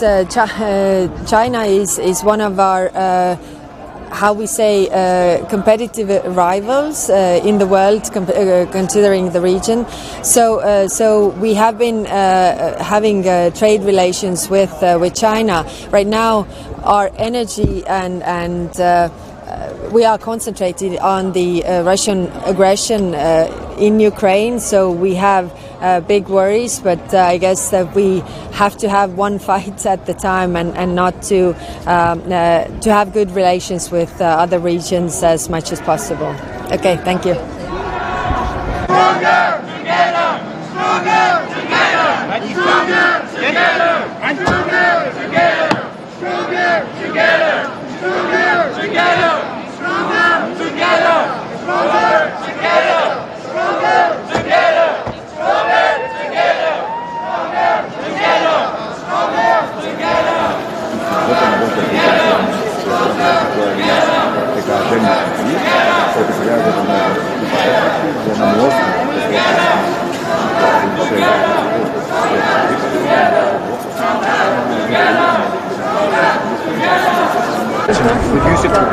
Well, I mean, Sweden is not very dependent on gas at all, and not on Russian gas, but we will support measures that are taken, because we know so many households and citizens and companies across Europe are very dependent on Russian gas. So we will be constructive, and we see any measures that could divide the gas price and the electricity price are measures that we are willing to discuss.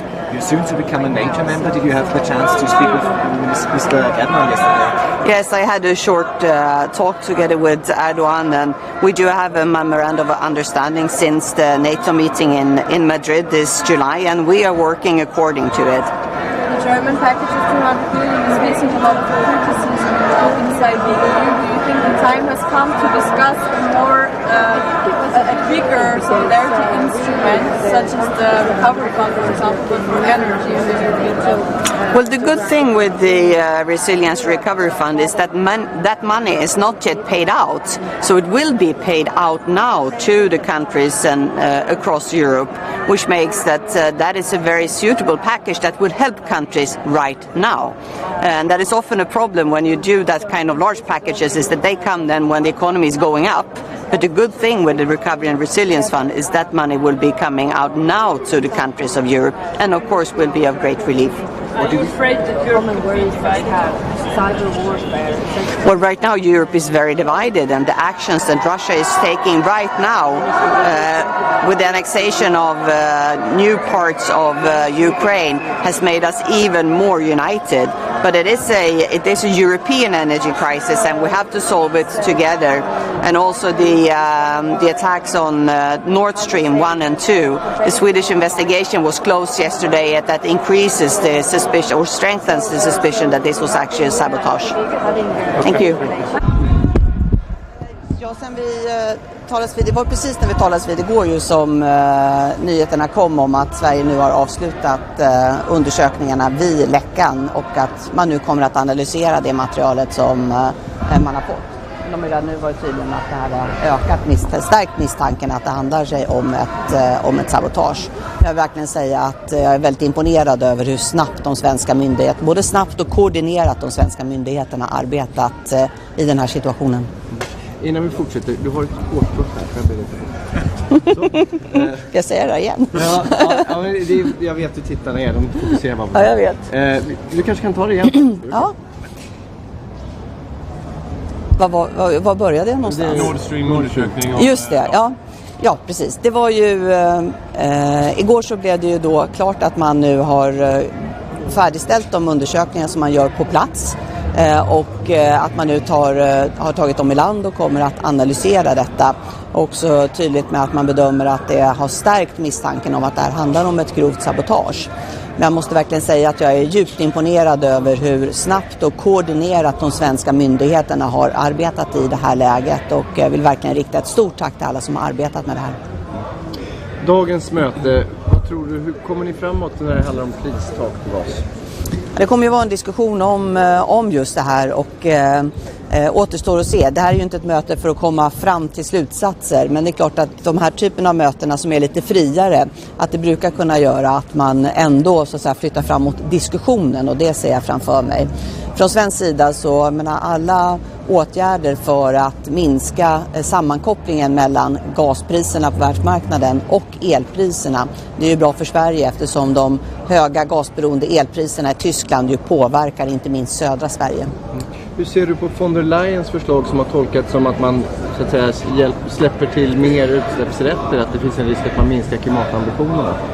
Ja, det är klart att det är bekymmersamt. För jag menar, det vi vet är att vi behöver ju bli mer oberoende av utländska fossila bränslen.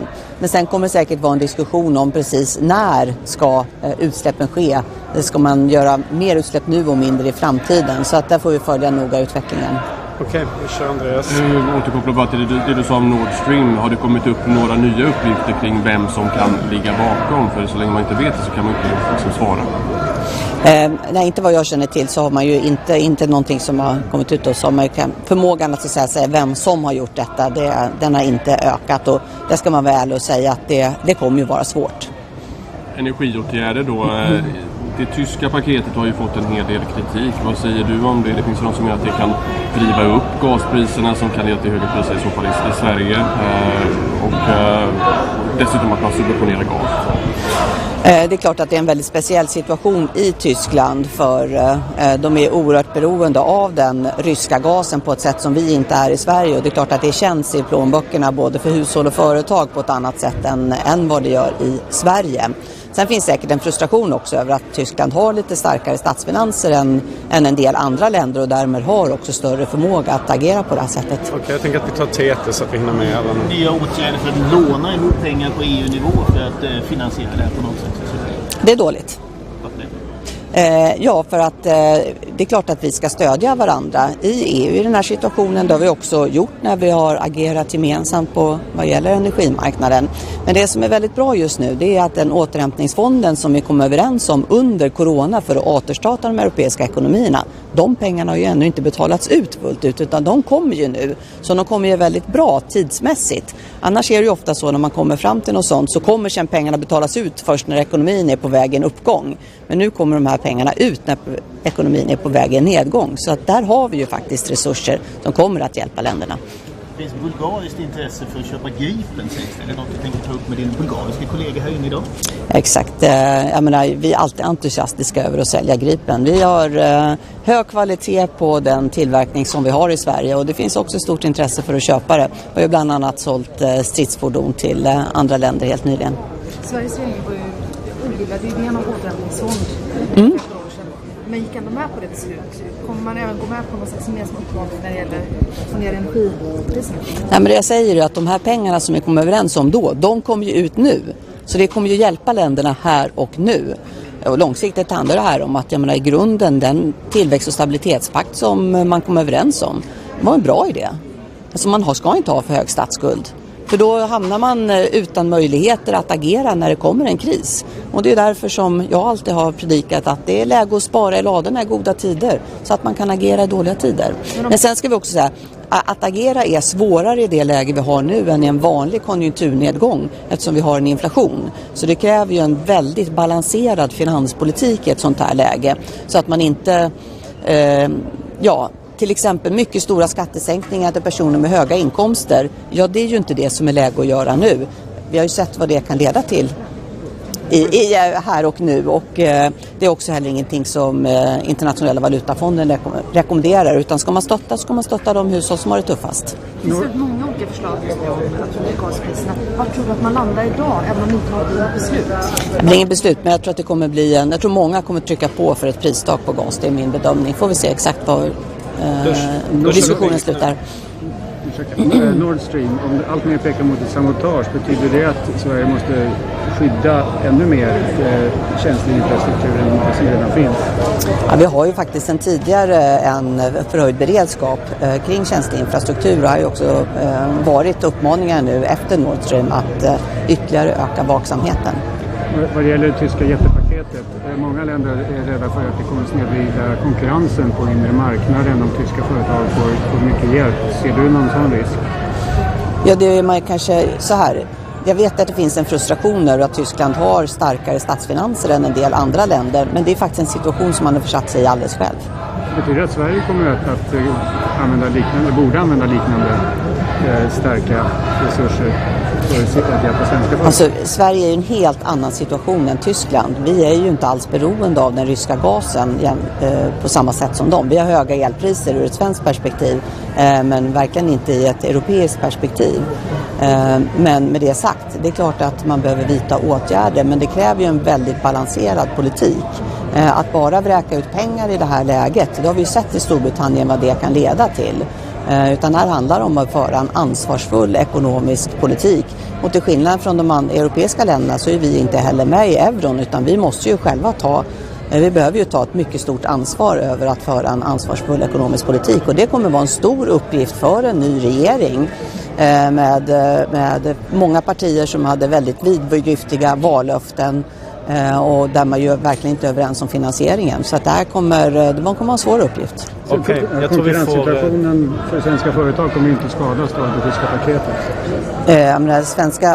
Svenska företag är ju inte beroende av rysk gas. Där som är det många svenska företag som använder el och där har ju Sverige låga elpriser jämfört med nere på kontinenten.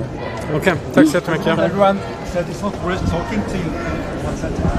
Well, I mean, we have a memorandum of understanding since the NATO meeting in Madrid, and we are working according to the memorandum of understanding. For instance, there came a decision from Swedish authorities just last week when it comes to arms export to Turkey, and we also had several meetings on technical level to discuss further cooperation. Thank you.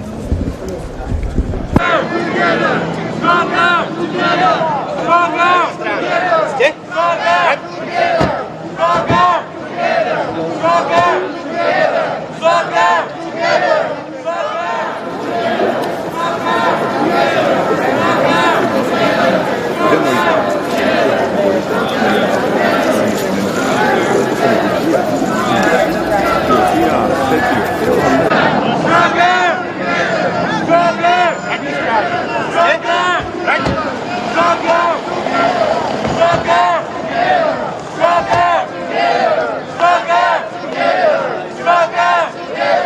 stronger, together,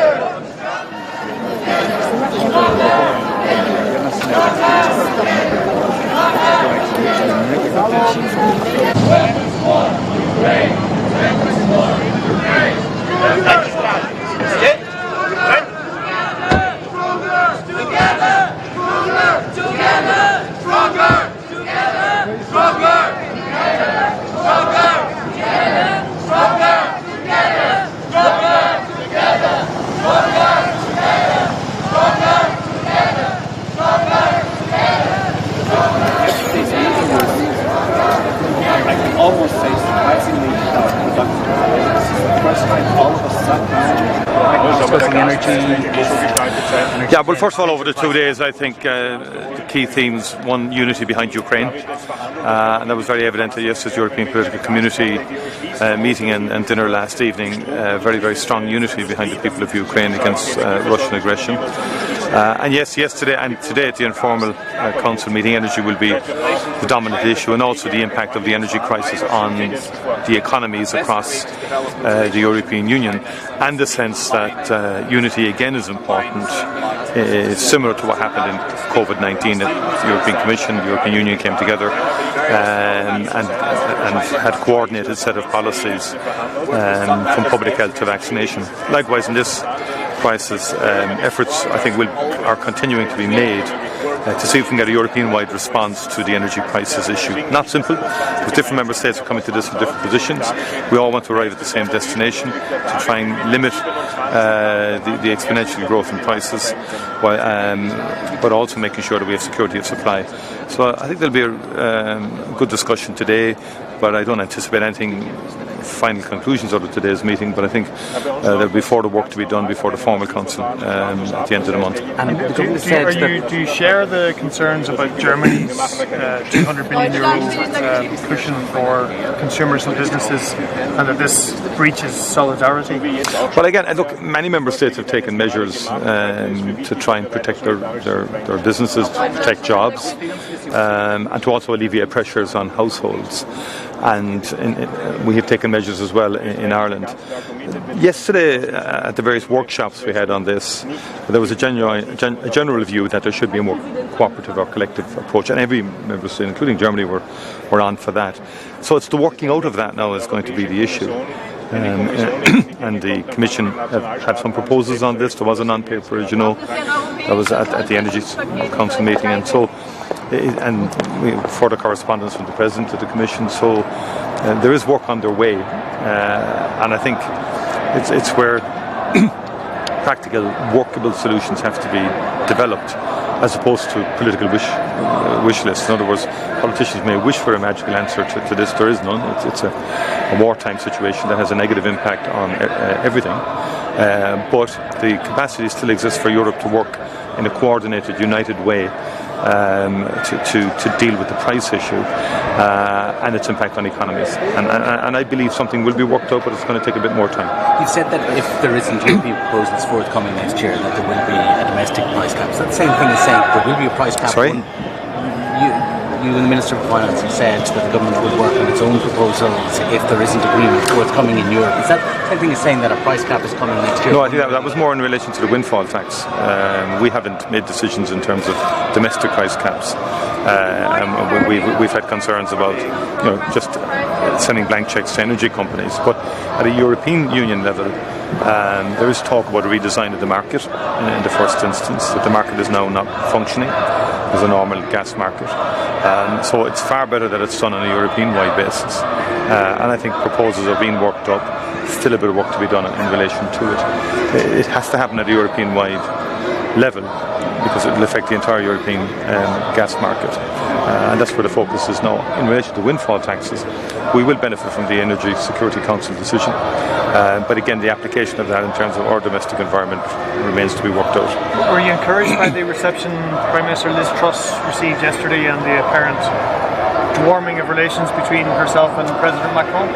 Well, I think the UK government is determined to make sure that there's a constructive relationship with the European Union and with key member states, not least because of the very big geopolitical issues facing us, the war in Ukraine, the wider security situation, and also then the economic situation that flows from that war, and the impact that energy prices and the energy crisis is having on economies. And in many respects, much of the discussion yesterday was around that collective idea that everybody stands to lose here if we don't start accelerating cooperation on energy through grid connections, through accelerating renewables, and also then working on the market issues and on supply issues.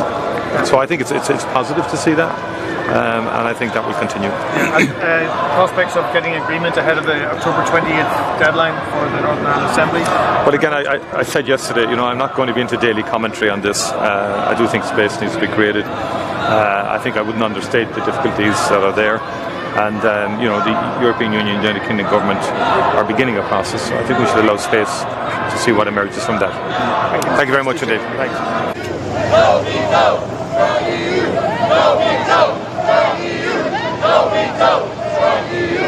No veto from EU. No veto from EU. No veto from EU. No veto from EU. No veto from EU. No veto from EU. No veto from EU. No veto from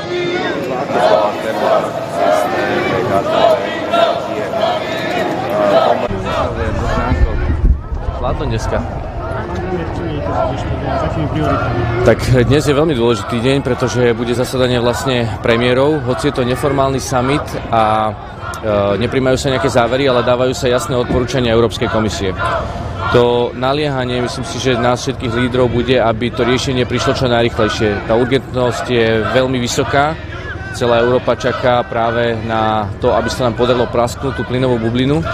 Čiže je dôležité zastropovať cenu plynu, ale ako viete, potrebujeme si zodpovedať tú otázku, či Európa bude mať dostatok plynu. Takže ten strop by mal byť nastavený tak, aby zároveň neodradil dostatočné dodávky do Európy, ale zároveň, aby bol v únosnej miere pre členské štáty. Taktiež určite budem ja za Slovensko komunikovať, že je dôležité, aby riešenie, ktorým Európska komisia príde na ďalší summit, aby zohľadňoval každú členskú krajinu, aby nikto nebol porazený, ale aby sa v tom každý našiel. Takže toto je ďalší dôležitý princíp. Ako hodnotíte to včerajšie? Myslím, že veľmi dobré. Bolo to prvé stretnutie, nastavovalo to istú atmosféru a isté smerovanie. Myslím si, že kráčame práve smerom tej vízii diskutovať 44 krajín, ktoré sú v Európe, diskutovať o spoločnej budúcnosti z pohľadu bezpečnosti, z pohľadu mieru a toto určite splnilo ten účel. Tým, že sme tam mali aj prezidenta Turecka, ktorého je dôležité, aby chápal ten náš kontext aj v tom konflikte vlastne Ruskej federácie alebo tej agresie Ruskej federácie voči Ukrajine. Zohral dôležitú rolu pri uvoľňovaní vlastne obilia z ukrajinských prístavov a je dôležité, aby sa rozprával práve s nami. Takže toto ten účel splnilo a som rád, že ja som s ním mohol včera večer na túto tému rozprávať.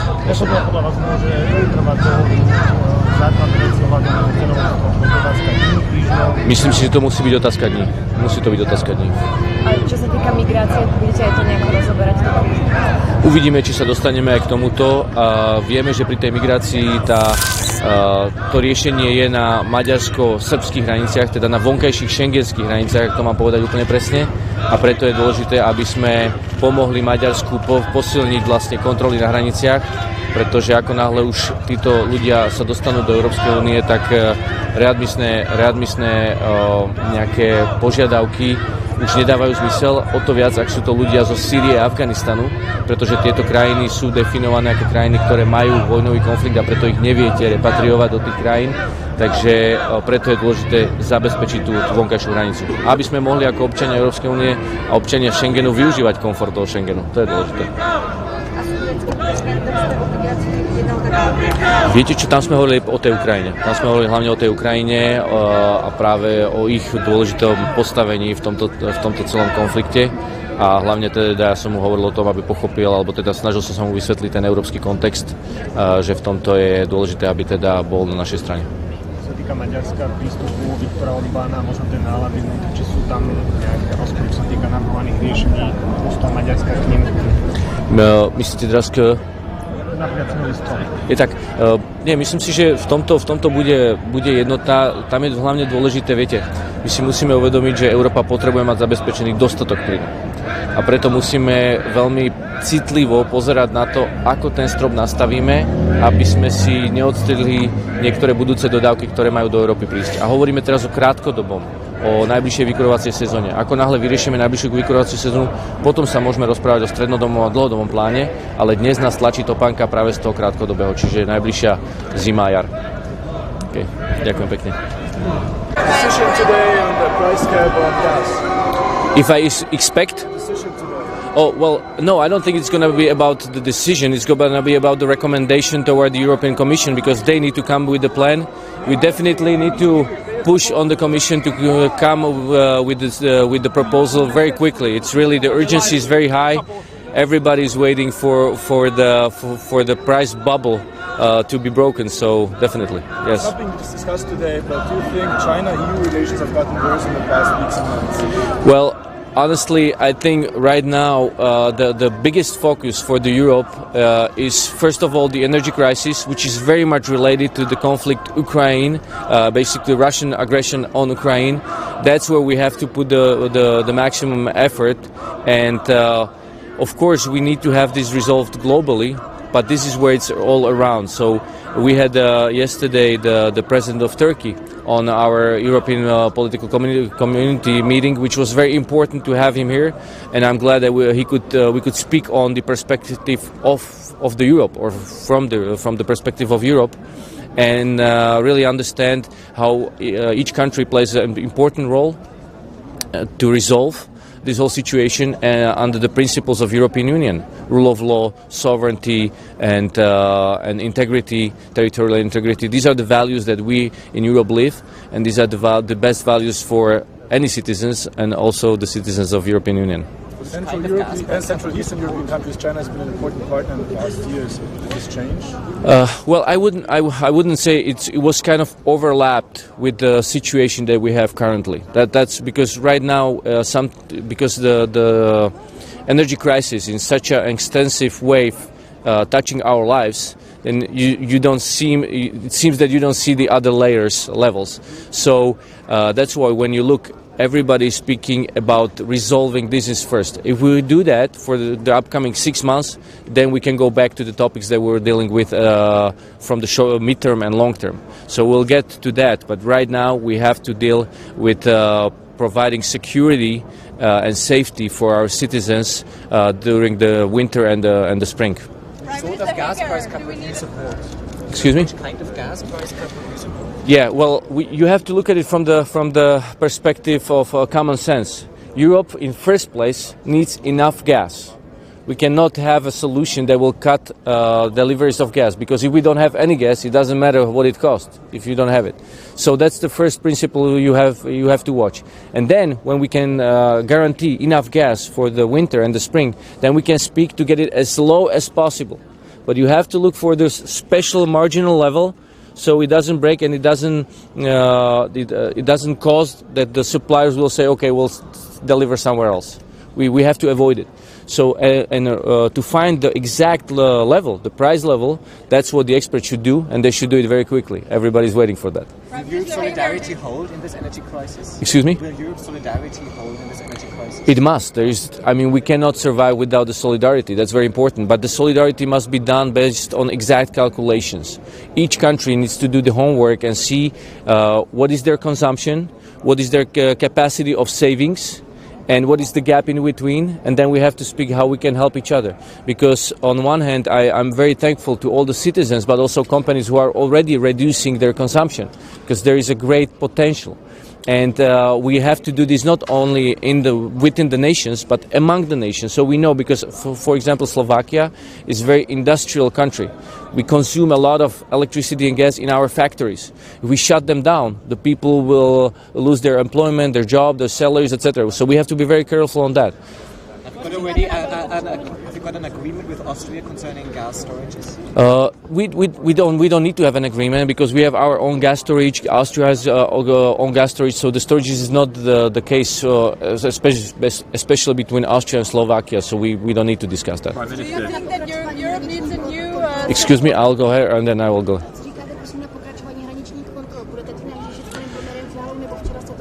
Trošku sme sa o tom rozprávali. Opäť je to väčší problém, a teda to riešenie je na maďarsko-srbských alebo maďarsko-srbských hraniciach, alebo lepšie povedané na vonkajších šengenských hraniciach. Ak sme už Schengen, a sme radi, že sme Schengen, dlho sme na tom pracovali, aby sme Schengene boli, aby sme dali komfort našim občanom, že môžu cestovať bez hraničných kontrol, tak toho sa musíme držať. Samozrejme, môžu vyskytnúť takéto situácie, že je tu väčší pohyb migrantov, ale v takom prípade potrebujeme okamžite ísť na vonkajšiu hranicu a zabezpečiť, aby sa nedostávali do európskeho priestoru táto migrácia. Takže jednoznačne je to o tom, aby sme pomohli a prípadne poslali aj svojich policajtov na maďarskú hranicu a pomohli im zabrániť. Keď už sú tu, tak už je to potom naozaj skôr také sekundárne a nie dobré riešenie.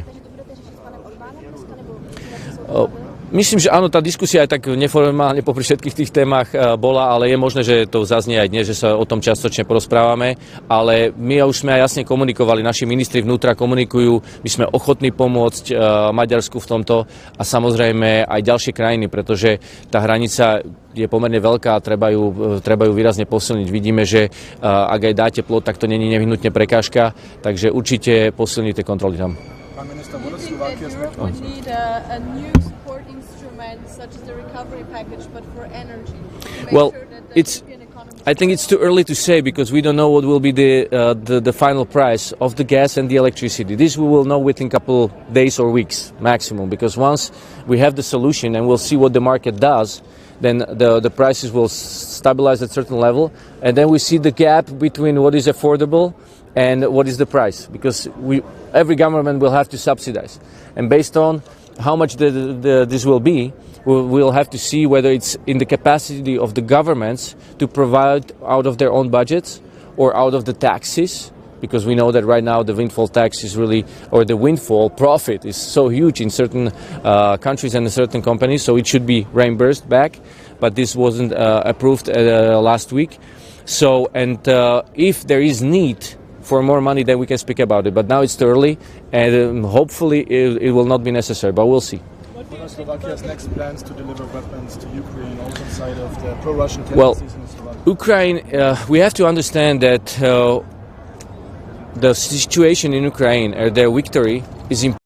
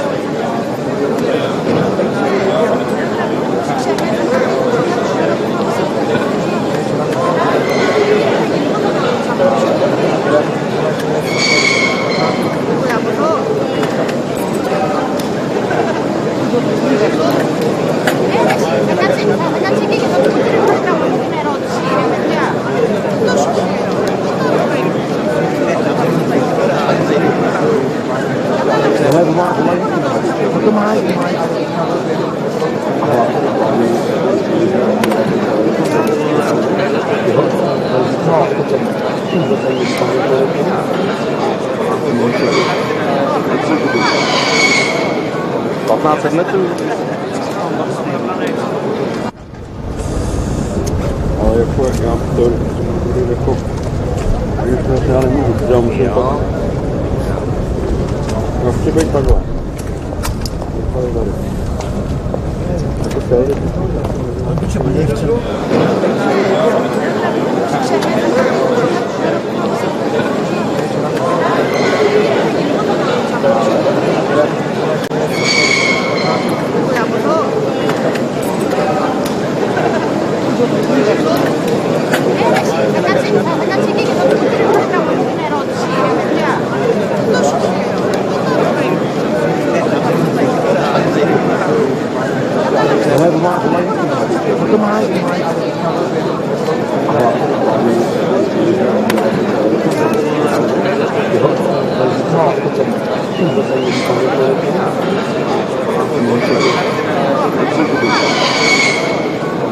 se metrů. To nebude ještě 15. Ale já ti řeknu,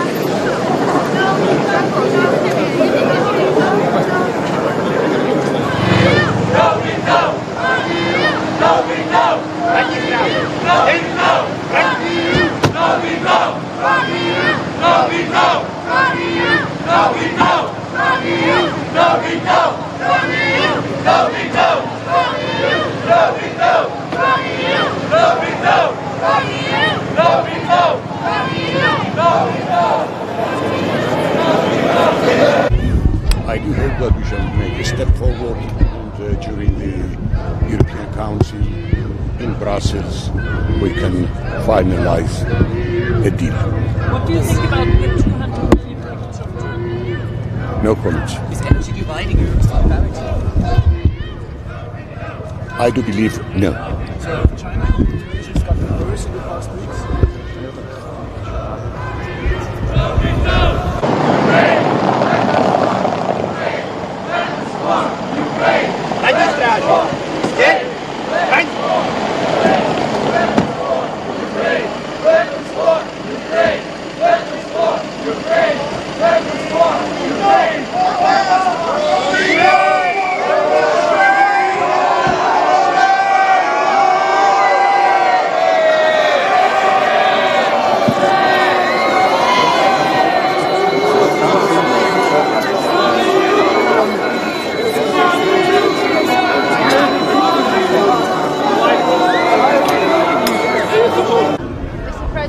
Good morning.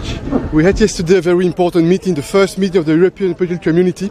It was a good occasion to discuss how we would like to cooperate, to coordinate on stability, peace, security. This is a very strong message, this first meeting. And we've also decided